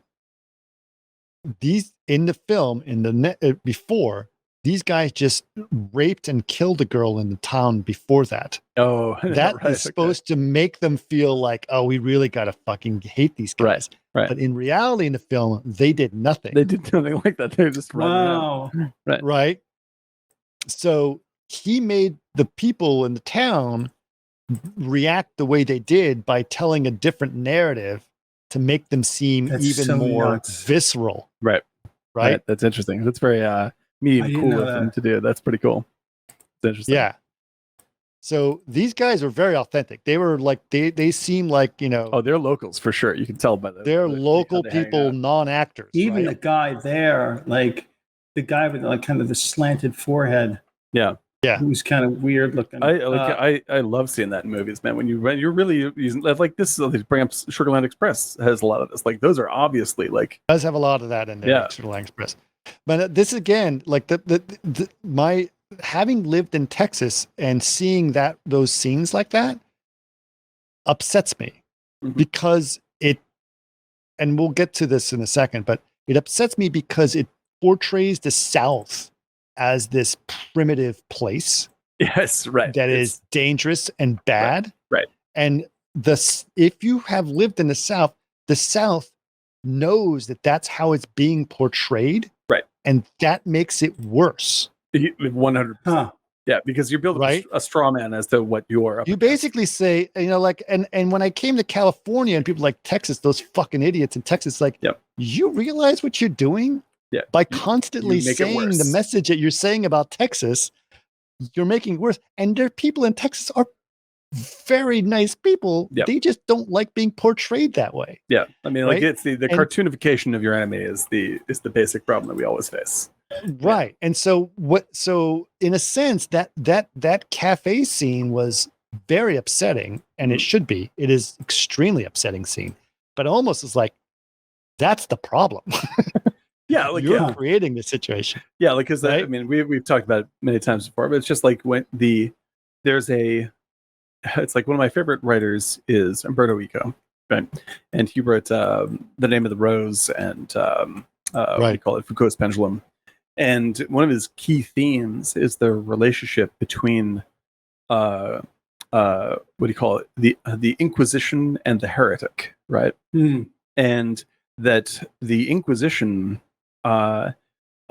has to see the heretic as the most extreme offense against God possible. So the stories they tell about them are beyond human, right? And that so it justifies them trying to control them.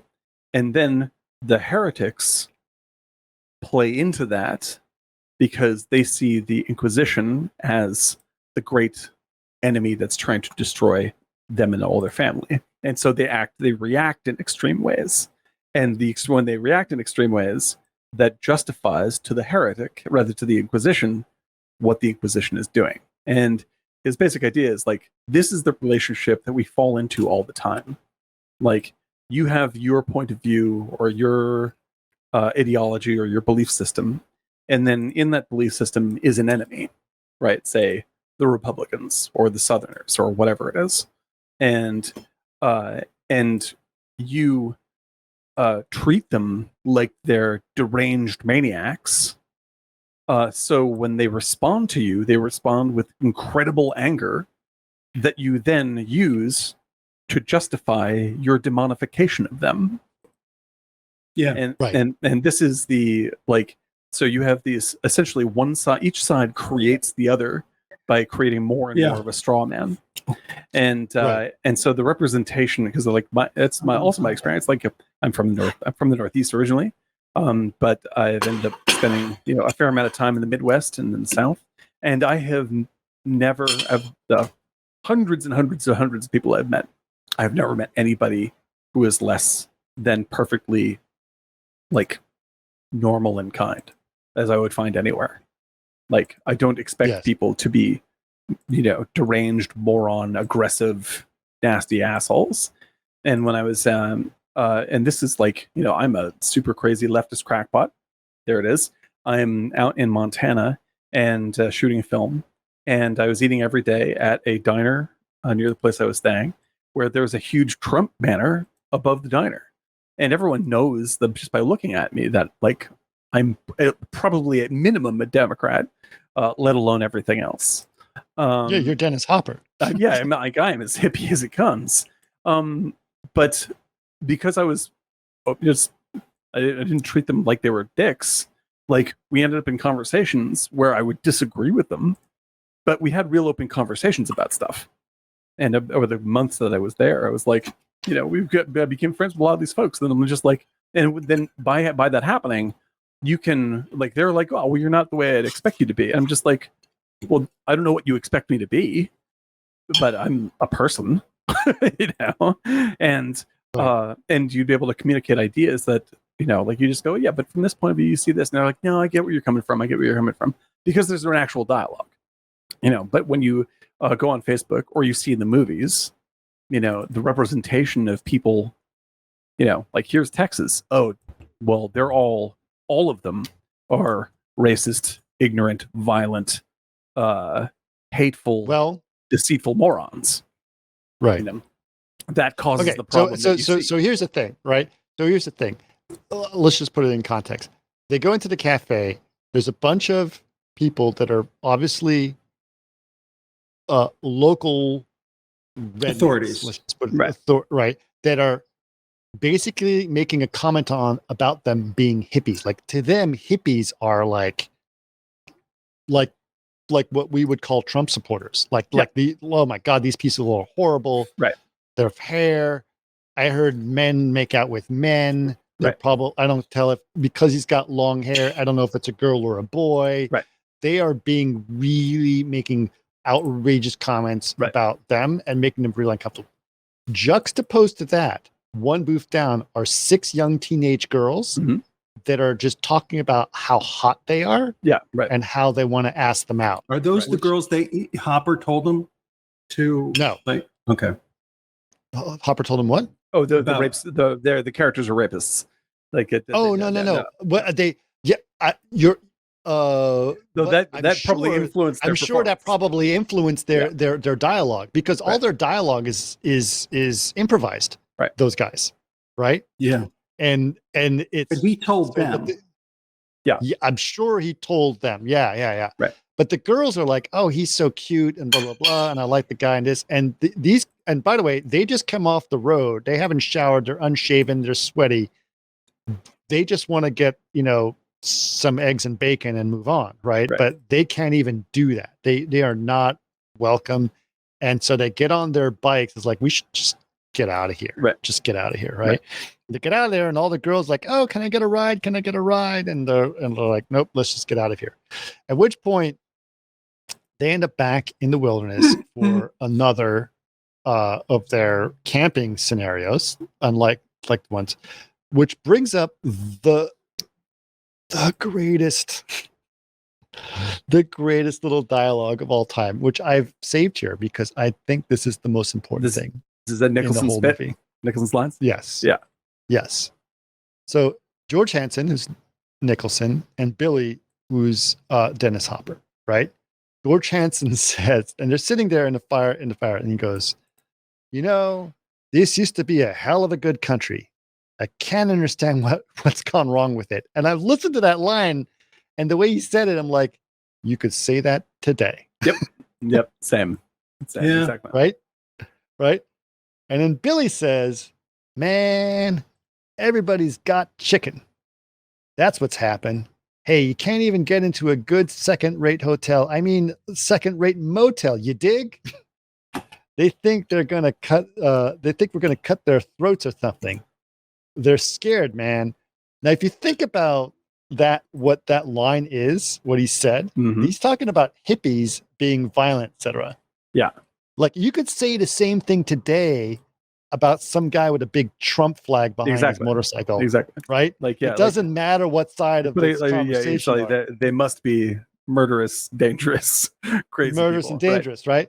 At which point, George Hansen says, they're not scared of you.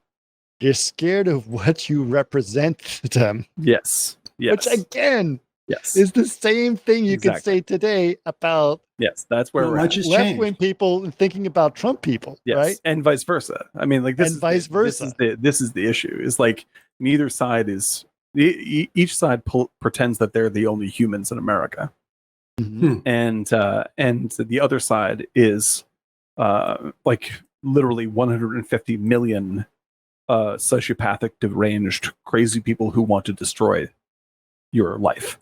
And both sides think this. And I've said it before, statistically, that's improbable. Right. That half of the country is murdering maniacs. Not listening to each other. We're just not listening to each other. Like there's so just to be clear, I'm not saying there's a shitload of problems with racism, homophobia, et cetera, everything that we're mad for a reason. But but what we're doing is not helping. Right. And then here, okay, keep going. Just keep going because this dialogue is incredible. Yeah. It's like, hey man, all we represent to them is somebody who needs a haircut. Yeah. It says no. And George Hansen says, oh no. What you represent to them is freedom. It's freedom. This is the greatest line in the whole movie coming up. This is fantastic. Yeah, it gets so much. It's so good. He goes, what the hell's wrong with freedom? That's what it's all about, says Billy. And George Hansen says, okay, I'm going to cry. All right. It's so good, dude. Oh, yeah. Oh, yeah. That's right. That's what it's all about. All right. But think about it being just two different but thinking about it and being it, that's two different things. I mean, it's real hard to be free when you're bought and sold in the marketplace. Of course, don't ever tell anyone that they're not free because they're going to just get real busy killing and maiming to prove to you that they are. Yes. Oh, yeah. They're going to talk to you and talk to you and talk to you about about individual freedom. But when they see a free individual, they're going to scare, it's going to scare them. Yes. 100%. Billy says, well, don't make him running scared. It don't make him running scared. No, it makes them dangerous. Makes them dangerous. Exactly. Exactly. That I listened to that line, and the way it's delivered is obviously way better than I read it. But I'm like, oh my God, we haven't fucking changed a bit. Same thing. Yeah. Same thing. That's yeah. It's and the thing is, like, again, you can read this from, like, it applies both directions. Like, this is it's very clearly true. You know, when you talk about, like, because, like, for instance, like, if you tried to say to some transphobic, homophobic, racist fellow that you are trying to take away, like, listen, my friend, you're trying to take away someone's rights. You know, you're trying to take away someone's freedom because by living, you know, by being truthful about who you are, that is being free, right? By saying, I am gay, I am trans, I am whatever, like, that's actually expressing freedom, really, for real. And the way it is received, that freedom to them is horror. Because it's like they want, like, everyone wants themselves to be free because they're not afraid of themselves. They're afraid of everyone else being free. Right. You know, and like Nicholson says, that makes you dangerous. So to me, you know, it was interesting to pair those two scenes because at the same time I saw the cafe scene as like the portrait of evil, right? Put into the dialogue that Hopper like fed, you know, or baited or gaslit those guys into saying, right? In order to create the character he needs, which is villainous Southerners, he has to lie to actual Southerners about their motivation so they come across as villainous. That's really wild. That's really wild if you think about it, right? So he did that, and to me, as someone who, like, you can't portray people from the South this way, and this is something that really upsets me, right? Like, I actually, like, listen, Mark Twain came from the fucking South. Like, it's not, you know, like, we can't just portray them as toothless idiots who ride horses, right? David Duke came from the South. Yeah, like, there's lots of fucking morons. Like, there's no two. Like, wait, we can't. Well, like, you can't say there's no morons. There's morons. Well, like, I'll galore. put it this way. However, listen. But you know, Eric knows my history. It's not dissimilar from his. You know, but from northeastern Connecticut, cocktail party.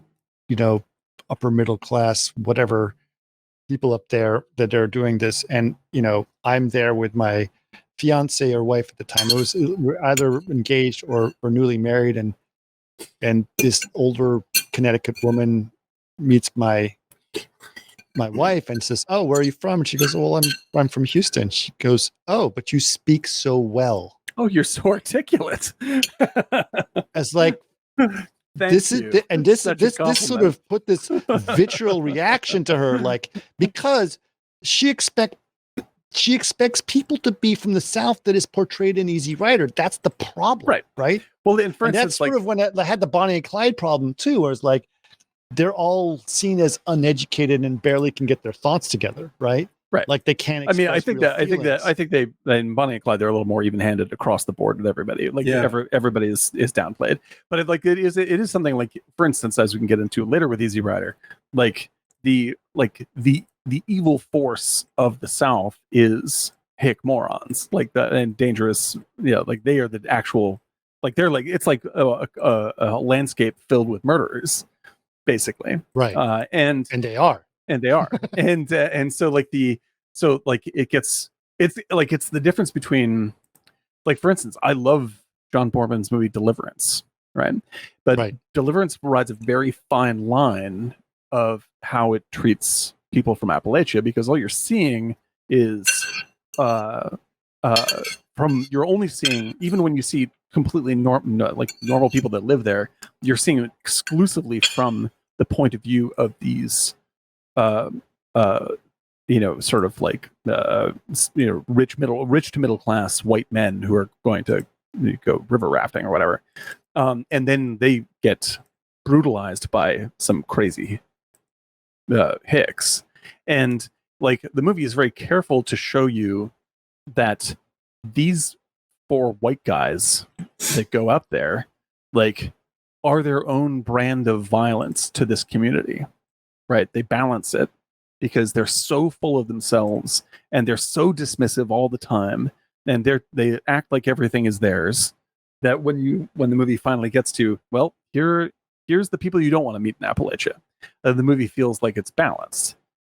Easy Rider is not balanced. Easy Rider wants to go like, yeah, but when you look at the Boorman film with Deliverance, their confidence, and that is their cultural, strength in order to provide and do things. A lot of that stuff that you look at and the bravado that they have, that from their culture is a survival mechanism. That's how they move ahead. For sure. Well, I mean, so everyone has their mechanisms. Right, yeah. Exactly. That's what I mean. That's what I mean. The movie is balanced because like none of them are portrayed as like Ned Beatty isn't a bad person, right? But he is more than happy to just fucking utterly dismiss, like some dude who's trying to help him out. It's just like, well, you're just some Appalachian hick, and so I'm going to be dismissive. I should note that Lupacora. Lupacora. Oh yeah.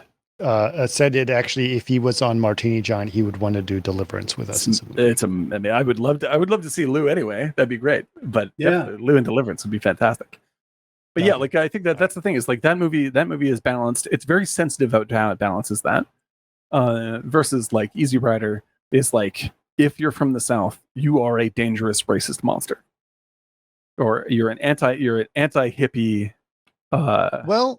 Evil monster. Here's the thing. Creature. Hold on, because I did feel that way from the cafe scene, and obviously in the ending, which we'll get to. But what I thought was brilliant was Nicholson's scene that contextualizes it. Oh yeah, without a doubt. In a way, yes, that does not say good versus evil. It tells you why they're acting this way, and why you need to, by the way, be conscious of them. Like you need to understand their point of view, because otherwise you're going to make it worse for yourself. Do you think this make it worse? A lot of that too is a parallel to the way we're in Vietnam. I'm sure. Yeah, I'm sure they're very conscious of that. Yeah. I mean, Vietnam, obviously one of the most famous disasters in history. But like the people forget that like we were supporting the North Vietnamese. Yeah, military advice. We're supporting the Taliban for fuck's sake. Exactly. Like this is like it's. I mean, it's like these are. It's all just because like you are programmed to start thinking a certain way, that you start reacting a certain way, and once you start acting that way, it's hard to get out of that circle. And so yeah, like for Nicholson, I think you're absolutely right. Like it's like without the Nicholson scene, I think it's the great scene in the film. Then the movie's pointless. It's the greatest. It's like that's the greatest scene. It's the scene. It's the most important scene, and it's a scene that we should look at today. And it's like, oh fuck, we never learned. Never learned. Yep, and we never had. And the thing is, like, I brought this up at the beginning of the episode. I'm just like, it's so insanely frustrating to me how successful greater corporate interests are, which are not humans, they are machines, at making us fight each other. Like we are fighting for the corporations against the poor when we think we're doing the opposite constantly. And it blows my mind how manipulated we are all the time. I'm like, why do we have poor... One word for you. Walmart. Exactly. Nah. It's just like all over. People are defending Walmart, which is the people that are defending Walmart is who's defending company that's the people in the South that are dealing with the specific issues are defending Walmart. That is making their lives miserable and ruining their health care and lowering their wages. Yeah, like they're part of a cycle that's making their lives worse, right? For sure. Now, is this something in the news? No, like he's talking like for instance, the mechanism that he's talking about is like you'll get lower class people to vote for say this law that will help out small businesses because that's what it's all about, right? And so everybody does, and then that turns out the law was actually designed by large corporate interests because there's no differentiation between the effect on small businesses for this law and Walmart, who actually can exploit this law to destroy those small businesses and lower the cost of its workforce. Lower the cost of work. Right. You know, like that's like right? that's the kind of shit that happens constantly. The irony is like okay, so now you've got like the Walmart situation, and then you got the Amazon situation, and just like, oh my god, okay, I'm not going to get to it. Okay, let's not get into that. Amazon's the liberal version of Walmart. It's the same fucking stupid it's the stuff. same fucking problem. It's the worst. Like we are all getting scammed, and they're making us fight, so it feels like we're fighting something, and it's not. So we're not doing anything right as each other. Right as Jack Nicholson explains, this is what's going to happen. They're going to be violent and kill you. Mm-hmm. Moments later, they get violent and beat up all three of them and end up killing Jack Nicholson. Exactly. Right? So, I mean, which is brilliant, really. Like, he's the person that should, that's the way movies work, right? And that's the good way that they work. It's like, that's the right beat. That's the right beat, and that's the way that happens. But then they sort of like, they'll take his thing and return it to his parents, and they just leave him there. They don't really solve that problem. They don't need to solve it. Right. They were too high when they filmed this thing to figure out the logistics of everything. Right. They just move on. Yeah. Right. But the point is, basically, Jack Nicholson's character is killed. They feel horrible. They move on. They go to Louisiana to continue the journey. Right. Right. And they're going to go to, so Louisiana is portrayed during Mardi Gras. It's an interesting scenario. And they're running around, and they need, it's like, we got to do, also cool, they have a fancy meal, which I thought was cool. Right. Like in Louisiana, they can get the fancy meal, right? Because they obviously have plenty of money. Remember, they got all the loaded. Money. Yeah, exactly. Right. They're loaded with the cocaine money. They can't get a good motel. That cocaine money. They can get the fancy, you know, the what's Emerald Lagasse or whatever his name. Remember what's his name? Bam. What's his name? Right. Yeah. No, it's Emerald, right? Emerald. Yeah, Emerald. Yeah. Right. They can get like that kind of restaurant. They can go there and have their fancy meal, which they do. And then they get all cleaned up. So in Louisiana, in New Orleans, which by the way, I can acknowledge, New Orleans is a much more everything goes kind of city. Have you been to New Orleans, Dan? I have never been to New Orleans. I have never been to New Orleans. I've never been to Louisiana. It's a great city. It's a great city. I love it. Love it, love it, love it, love it, love it. Yep. And I don't love it for the reasons that other people love it, which is like the Bourbon Street drunken Pearl. Yeah, I can't do that. I like it for the side streets and the randoms things, right? Yeah. There's some stuff in the French Quarter which is amazing. And you have to kind of go around and find those things. And it's and while Bourbon Street and the crazy stupid stuff that's going on there, you can walk through it every now and then, and it's fine. But I'd go nuts. Forget it. I think it's like going to the. Granted, I was a younger person, but I just ended up in a fucking crazy music jazz bar, not far from Café du Monde in the square, and it was an incredible experience. It was amazing, and I don't know. So so one of my experiences in New Orleans, this is go for it. Actually related to them wandering around Bourbon Street, which is in the movie. Mm-hmm. But we started off in the morning, and I said, I want to get I want to get a cafe au lait and a beignet at Café du Monde, right? Which is the best thing in the world. Just get it, do it, whatever it takes. I love beignets, and I've never had a beignet from there, which means I've never had a beignet. You never had a beignet. Yeah. You can go to France and get a beignet, but a New Orleans beignet is a different class of beignet, right? Yeah, which is basically the French and it's different than Richard Beignet, the 70s actor. Oh, Dickie Beignet. You get a beignet and a café au lait, and you go there. It's like, that's it. You just get it. You just get it, right? So we did that, and it was like amazing. At which point, this is when I was much, much younger.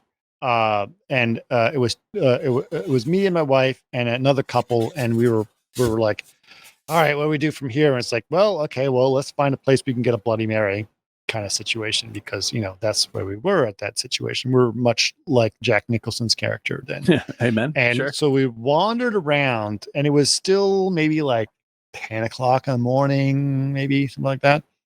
And we found this. We ended up wandering up into Bourbon Street, but it was still pretty empty. We found this bar, and all the bars are 24/7 there, right? So wild. And so we go into this bar, and we're like, hey, can we get a Bloody Mary? And he goes, absolutely. And so he makes us these unbelievably good Bloody Marys. And we're like, we are good. Mm-hmm. We are good. We're sitting here, and it's that situation where you sit at a bar with your good friends, mm-hmm. and you chat, and you have a very attentive bartender. Mm-hmm. We were the only people at the bar at the start. And as we sat there for many, many hours, the bar slowly filled up. But we had the primo spots and the primo attention from the bartender, right? Mm-hmm. And I do remember at one point, it was like around lunchtime. It wasn't quite full yet, right? But we're like, well, we should get some lunch. And the guy's like, and we realized, oh, this bar doesn't have food. And the guy says, no, don't go anywhere. Sit down. We'll keep you here. Like, you tip well. We'll keep you here. And he's like, let's get some po' boys. Po' boys is the New Orleans version of a sub sandwich, right? Yep. And we got delicious. Po' boys we got oyster po' boys and different like that. Wow. Like so good. Shrimp po' delicious po' boys that he ordered for us and just put it on our bill, right? Like just like from another place. So it was delivered to us, right? Nice. And then it was like, we got some po' boys, we continued, and we were there for a while. For a full 24 hours. Long time. Like we barely moved from that place at all. Amazing. And then by the time we got out, I was like, oh, this shit's a fucking nightmare. It was like all these people and by the way, this was 1999 or so. Whatever. Sure. Wow. Like pretty much Bourbon Street was at that point, like Mardi Gras, people are throwing beads and flashing boobs every day of the year. Right. Which is ridiculous if you think about it. But anyway, I'm all right with it. It's just throw me some beads, find out what happens. it's just ridiculous. It doesn't need, whatever. Doesn't matter. Anyway, I had a great time. Love New Orleans, and the city is actually quite beautiful. It's got some amazing stuff. I haven't been there since Katrina, so I don't know what's happened since then. But okay, in the movie, they get their great meal. They go to and they clean themselves up and shave, and they look all clean cut, quote unquote clean cut. They don't shave by comparison, yes, right. By comparison, they don't have any. They don't have the big whiskers on the side, right? And they decide to go to the brothel that George Nicholson had talked about. Yeah, right. Gone to, and they're quite drunk at this point, and there's a bunch of religious stuff at the paintings, sculptures, frescoes, religious frescoes. So cool. Yeah, it's beautiful. It's wild. I liked it. This is filmically, this whole section from the moment they get to New Orleans is my favorite part of the movie, just filmmaking wise. Yeah, like it's the most beautiful. It's the most sort of personal. The graveyard stuff is great. The streets. Get to the graveyard stuff. It's very, very important graveyard stuff. And like the way they're shooting the material on this, it's obviously all just run and gun shooting. Like there's no permits involved. All the film that they're shooting at night is heavily pushed, so it's ultra grain. Yeah. And the look is very just terrific. Beautiful. It's all 16 mil, right? They're like it's all just handheld. Yeah, like it looks amazing. That's the best looking stuff. And this Laszlo Kovacs. Kovacs did the. He was huge. And this. And they used all existing lighting on everything. Yeah. On almost everything, including the night scenes. All existing lighting and all existing acid. All of it. They used all of that. Yeah, for sure. Pretty much the whole city. There was a scene where Hopper gets into a confrontation with a black guy. Like obviously they bumped into each other and they started like right. And you can tell that it was like, oh, that's a real person. That's a real person. That's a real. Yeah, because his hands were up in the air. Hey, Yeah. man. Yeah, like Yeah. this dude, Kovacs, shot 5 Easy Pieces, Ghostbusters, and Close Encounters of the Third Kind. Like the guy's pretty goddamn great. Yeah. But like I think the movie photographically doesn't really take off until the third act. Like that's when they like. There's lots of beautiful landscape shots as they're riding and all that stuff, and that's all great. But like, just the interpersonal photography in the third act is really, really wild and very insane. Yeah. Insane. So, they're at the brothel. They meet 2 prostitutes. Hopper's character, Billy's character, is like, "Hey, man, let's do this." And then Peter Fonda's character is like, "I'm just doing this because my friend told me to do this with this other prostitute." And then Hopper's too drunk to make any decisions, but Fonda's decision is like, let's just go outside and have a good time. At which point they experience the Bourbon Street scenario, at least from the 60s, right? And which is where all this existing photography happens. What I love also about it is that it starts off at night, as you said, very, very grainy, and then goes into the day, which means they just been wandering Bourbon Street all night. Yep. Right? Yep. Great. So you really get the sense of like, they're just fucking wandering and poking dead possums like this, like weird, you know, that they're just wandering around, right? Yep. Obviously had a lot to drink, et cetera, et cetera. Yeah. Although the girls said that they don't drink. Right. What's up? Right. Yeah, no, just Tony like Basil. That was Tony Basil, wasn't it? I don't know.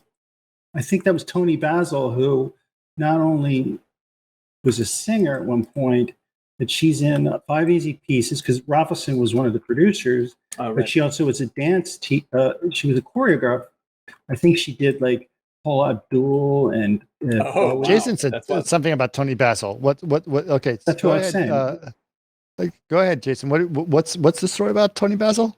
Eric. That's what I was saying. Sorry. Who do you want to talk? You do, because Jason's on chat, so he can confirm what you're saying. Yes, it's Tony Basil, who basically was an actress, and she was also a dancer and a singer, and she also came out with a song in the early '80s. But I know that she did a lot of work choreographing for other artists and singers. And the other woman is Karen Black, right? Yeah. Right. So like, yeah, it's a wild crowd. So apparently, okay. So the rumor is, although apparently the people denied it, is when Hopper was fighting with the guy over the reel that he wanted to keep in his room, and he burst. They fought and tackled each other and burst into a room at a motel. That the room in a motel had Peter Fonda and what's her name, Black. Karen Black. Yeah. Darren Black were in bed together when they burst through the room. Yeah, I would believe that's true. Yeah. Yeah. Allegedly, yes. Right. Yeah. So anyway, it's perfectly plausible. So now comes the very, very important scene, which Eric, we can get into in a second, but very important scene where they end up at a cemetery. And classic, it's like above ground mausoleum style Catholic cemetery. And that's an important part because I'll get into that post. Anyway, and remember the guy when they were in the commune had when they left. I don't think I said this actually, but when they were in a commune, just before they left, he goes, "Here, take this. Share it with people when it's the right time." Basically handed him some LSD. Right. So he gets this LSD. It's 4 of them. It's the 2 girls, the 2 guys. They all take LSD.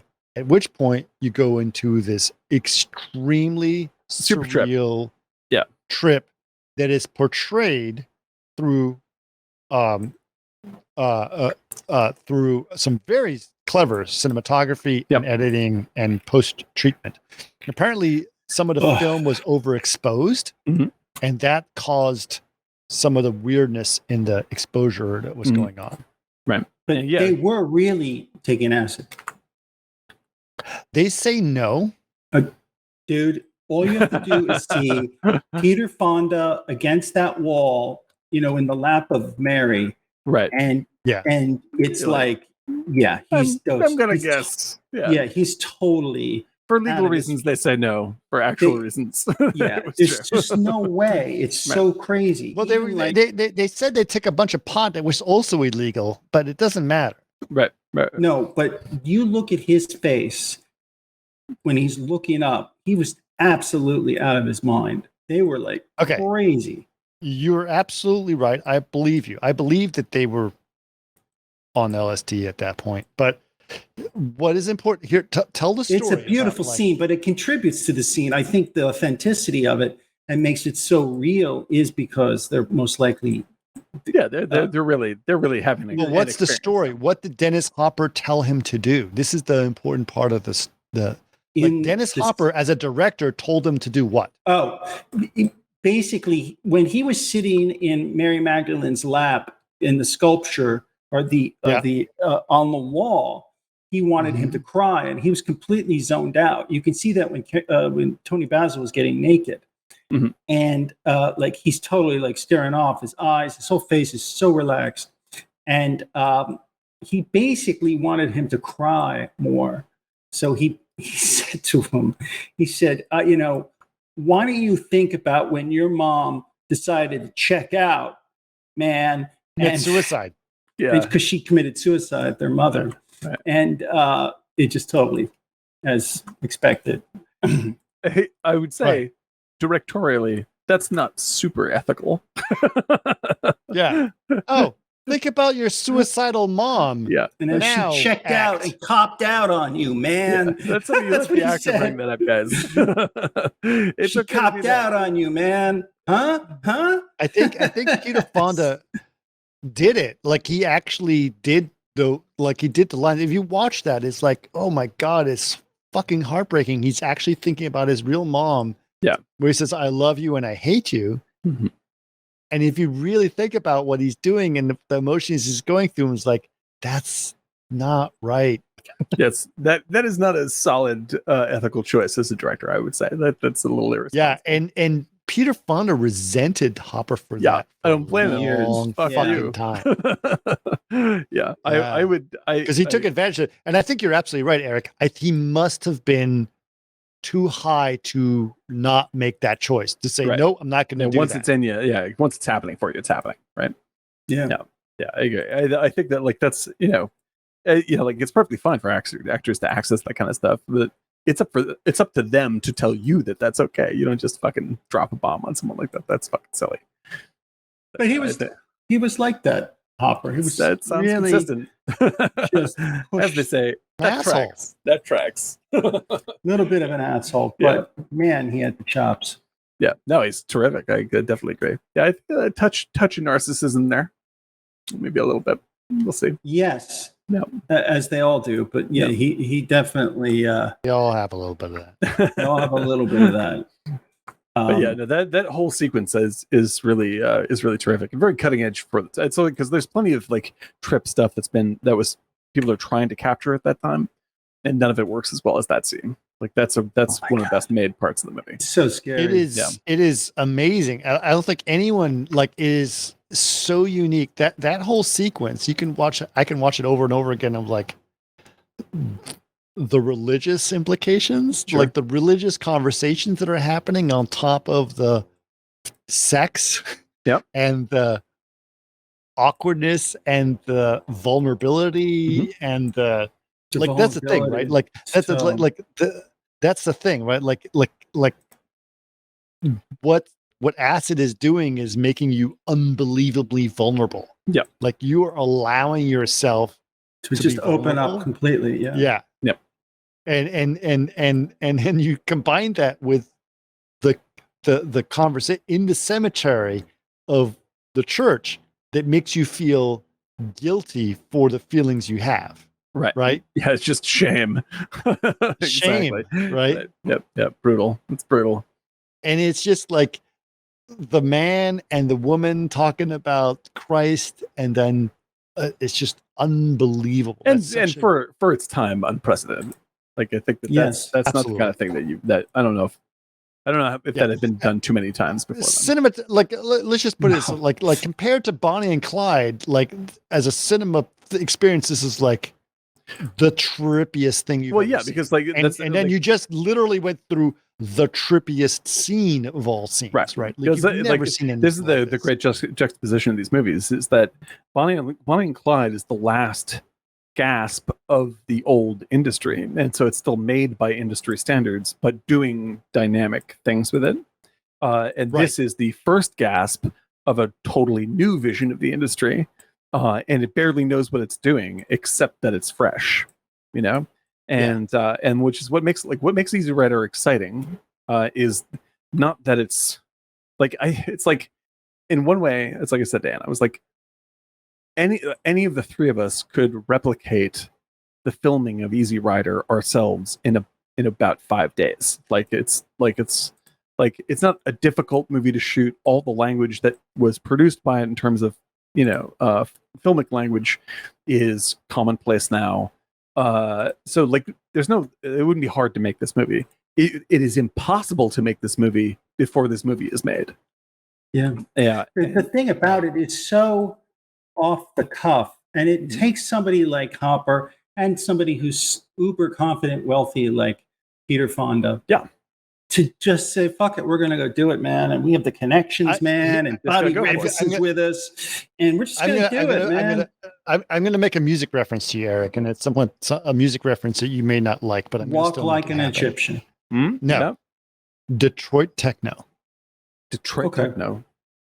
Detroit Techno was a movement that happened in music that people didn't fucking understand or figure out what the fuck was going on, and it didn't know what it was about, and it sounded horrible, and people didn't know what was going on. It was just, it's happening in I understand, but what early 90s, etc. Yeah, I know. And I see it also I see it, and obviously it happened obviously in the 60s with rock and roll, etc. But Detroit Techno was like, this is a bunch of fucking noise. Right.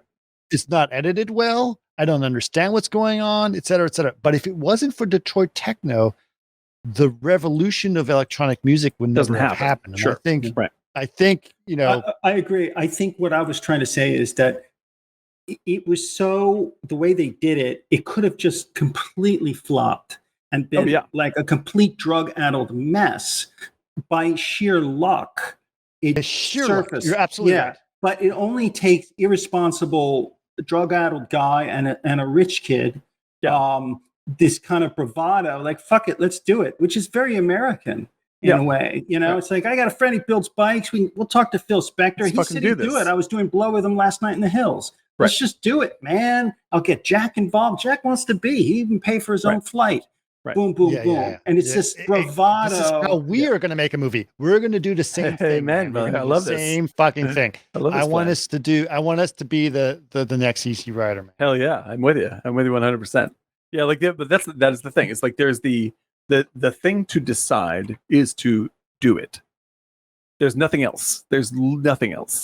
Right. Yeah. The hardest decision is to just say it or not to do it. Exactly. It's just, once you decide it, then it is happening no matter what you do, right? And as long as you decide it, this is what it will happen.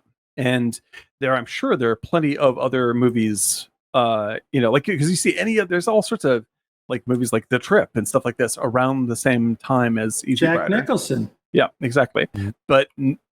But all of those are made, like, the reason why they don't work, is because they're trying to be the movie. They're trying to be the movie that Easy Rider is, right? Easy Rider is being itself. Like, they are, or they're just trying to be created in the same frivolous but focused manner that Easy Rider was. Yeah, because all it takes is a little luck and some great taste. Yeah. But I think Hopper always. By the way, the first #1 rap album. The first time the #1 rap album made it to the charts. Mm-hmm. Do you know when that was? I'm going to say 91.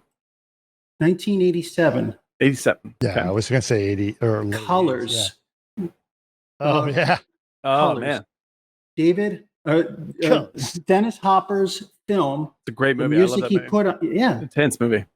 Yeah. he was the first one to do it. Yep. Yeah, absolutely. Right. So yeah, like awesome. this is the brilliance of the movie. It's like I would even say that like I stand by my earlier feelings on Easy Rider, which is just like in a way this isn't that good a movie. But the ways in which it is good are so groundbreaking, and the way that it gets it right is so on point that it is exactly itself. Like you could make this movie better, but you can't say it harder than that. The thing that bothers me about Easy Rider is that its brilliance is accidental. Yes, it is. Like it's a really right. Look, by being accidentally brilliant, it makes it harder to be. Well, the thing is that here's the deal. I mean, come on. It's like if somebody paints a painting and they just have. There's always those accidents, so it's never really. I understand a happy accident problem. The key thing that Eric said is the one thing you can't get away from is especially whoever edited this, having taste makes all the difference. Like I'm sure there's loads of useless shit that they shot, like loads, like endless bravado hours. And taste, and they like, I heard they had a huge amount of footage. Yeah, like they had they could have made any movie out of that they wanted to, and they made the good one. Like that's having taste, right? And the thing is, like and knowing that this adds up to a statement that it's at when Nicholson lands the line, like you have a film, you got it, okay. Like. That's the important part. I want to wrap up the ending because it's important, and I want to get to where we're going. Just sorry about that. Just want to get it. So, they have their experience. They have their trip in New Orleans, and they keep going down their road. Now, the original plan for this movie, the original ending of this movie, is that they get. Okay. Oh, sorry. This is still in the movie. They get in a thing. Because this was brought up by way back when. What I'm looking back at our chat, which is yes, Martini Giant. It says we blew it. The "we blew it" line, right? Yeah. Okay, so they're in their next stop after this, and Billy, Dennis Hopper says, like, "Man, we made it. We got everything we need. We're just going to retire down in Florida. We made it." At which point, Peter Fonda says, we blew it. Yep. We blew it, man. Which is an acknowledgement of the failure of the hippie revolution. Absolutely. 100%. Right? And this is important because the hippies think that they won, but they didn't. Yeah. And them saying that is an important acknowledgement, like, oh, we fucked up. This is this is the most, to me, the most relevant thing watching this today. It's like, we're doing it again. We're doing it again. We're absolutely doing this again. Like, now, this is happening again. What's ridiculous is that the original ending of this movie was that they drove off, they went to Florida, they got to Key West, and they drove on. They got into a sailboat and rode into the sunset. That was supposed to be the ending of the movie. It's quite different now. It's a very different ending. That did not happen, right? I didn't know that. Yeah. So the new ending is, no, we blew it. They drove off on the road as they've been doing this entire film. And then two guys in a freaking pickup truck see these two hippies on their choppers, and they say, look at those guys. Let's give them a scare. Right. Grab the shotgun that's on the shotgun rack in the back of the pickup truck, try to scare the guy, but accidentally shoot Dennis Hopper in the fucking face and kill him. Yep. Right? Right then and there. Yeah. I'm just fucking around. Boom. Yep. Boom. Shot him in the face, kill him. At which point, Peter Fonda drives back, like, holy shit, what the fuck did you do? Gets on his bike to get to the guys. The guys in a pickup truck come back. And then there's like, oh, we got to take care of the other guy. Shoot him. and his bike explodes into a million pieces, which is the most expensive bike. So it probably was a big deal to make that shot. Right. Which I also they had 4 versions. Damn, dude, I wouldn't even blow up one of those things. Good to do. And the bike blows up. Now, I should note that flame in the middle of the grass where his bike is blown up was a flashback sequence that happened during the acid trip. So you already have a premonition. Yeah, an idea in your mind. Going on. Yeah. Right. Yeah. So that is both guys are killed by these guys in a pickup truck with a shotgun. And that's the end of the movie. Yep. Oh my God. Camera rises up. The end. That's that. Camera rises up. Yep. They didn't have a drone back then, probably with a camera. Yep. That was it. Helicopter. It is incredible. Yeah, like it's sorry. I love this film. I know you have your problems with it, but to me, I agree with you. A road film. I agree. I agree. The movie, utterly, it is. It's like when, it's like if I were carrying an open box with puzzle pieces in it, and I tripped going down the stairs, and all the puzzle pieces went flying, and they landed perfectly in a solved puzzle. That's what I think this movie feels like, where you're just like, how the fuck did that happen? Like, how did this turn into a really valid statement with real feeling when the parts of it are like they just ran around and shot a bunch of shit, and some of it was like, it's so cobbled together and half-assed in so many places, and then ultimately that becomes part of why it works because the lure as well, right? And it had to be made by somebody who were part of Hollywood and getting famous. Everything came together exactly the right way. And ultimately, I agree with you, Eric. It's like whoever is responsible for putting together the final product, understood what was to be said with this. And they made the movie out of that. I think they probably filmed a fucking documentary's worth of just stuff. I heard it was hours and hours and hours of footage. But in the end, someone made a movie out of it.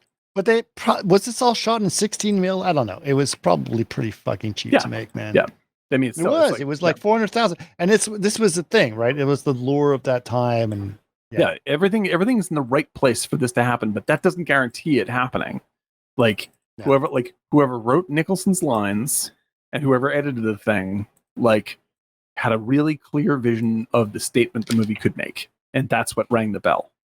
Yeah, this could have been edited into all sorts of dumb junk, and there's plenty of examples of failures of this around the same period. I'm trying to find a photo. The music is so fucking good. It's perfect.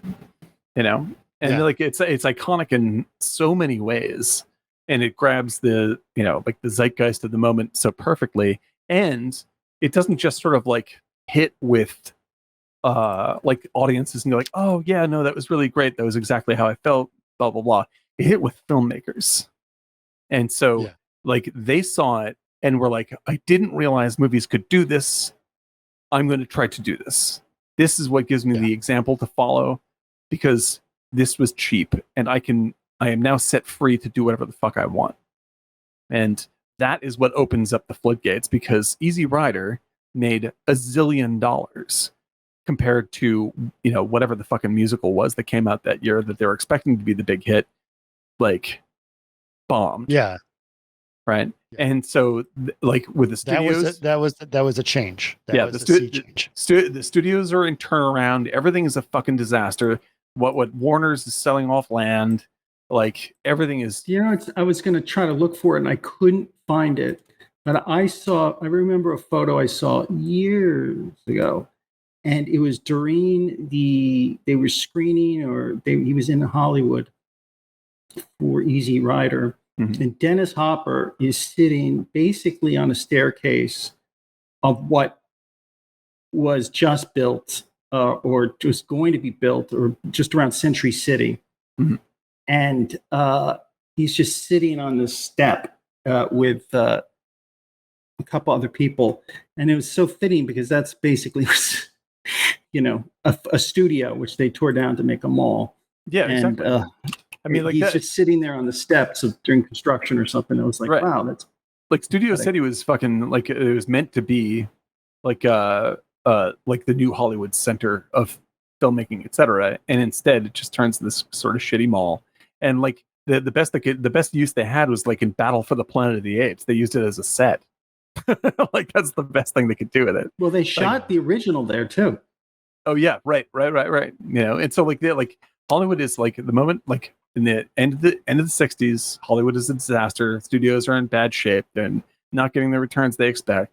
And then this thing lands for $400,000 and just rakes in the money, rakes in the dough. Like people go bananas over Easy Rider, and it sets everyone free. It sets the artists free because now the studios will go like, well, I guess the artists have the answer.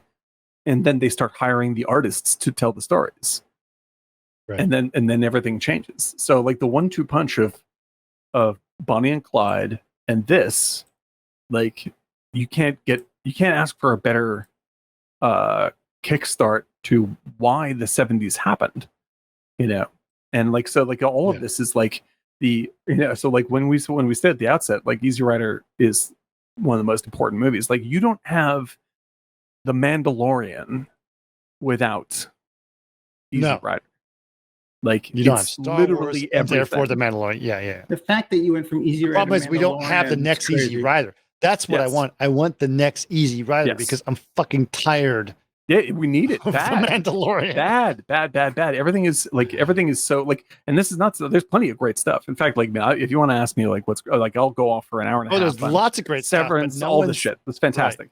But like for the most part, like I have to really work to find interesting new indie material, and almost all of the stuff that's made by studios is unwatchable right now, and it's so fucking boring. Traditional studios, right? Okay, listen, guys, we have been going for 3 hours and 50 minutes. I have to wrap it up. I've got stuff I have to do, but I just think it's a great episode. I'm really glad we did it. It's a very important episode.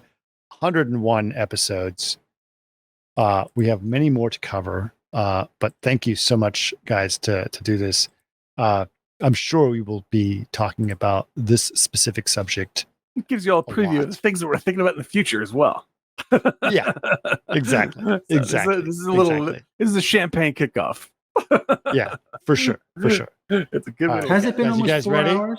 Yeah, no, it's a rocket. Yeah, it's been almost 4 hours, dude. Jeez, I have to wrap it up. I got stuff, but I'll be right back. All right, you guys ready? Let's do it. Drink. Talk. Drink.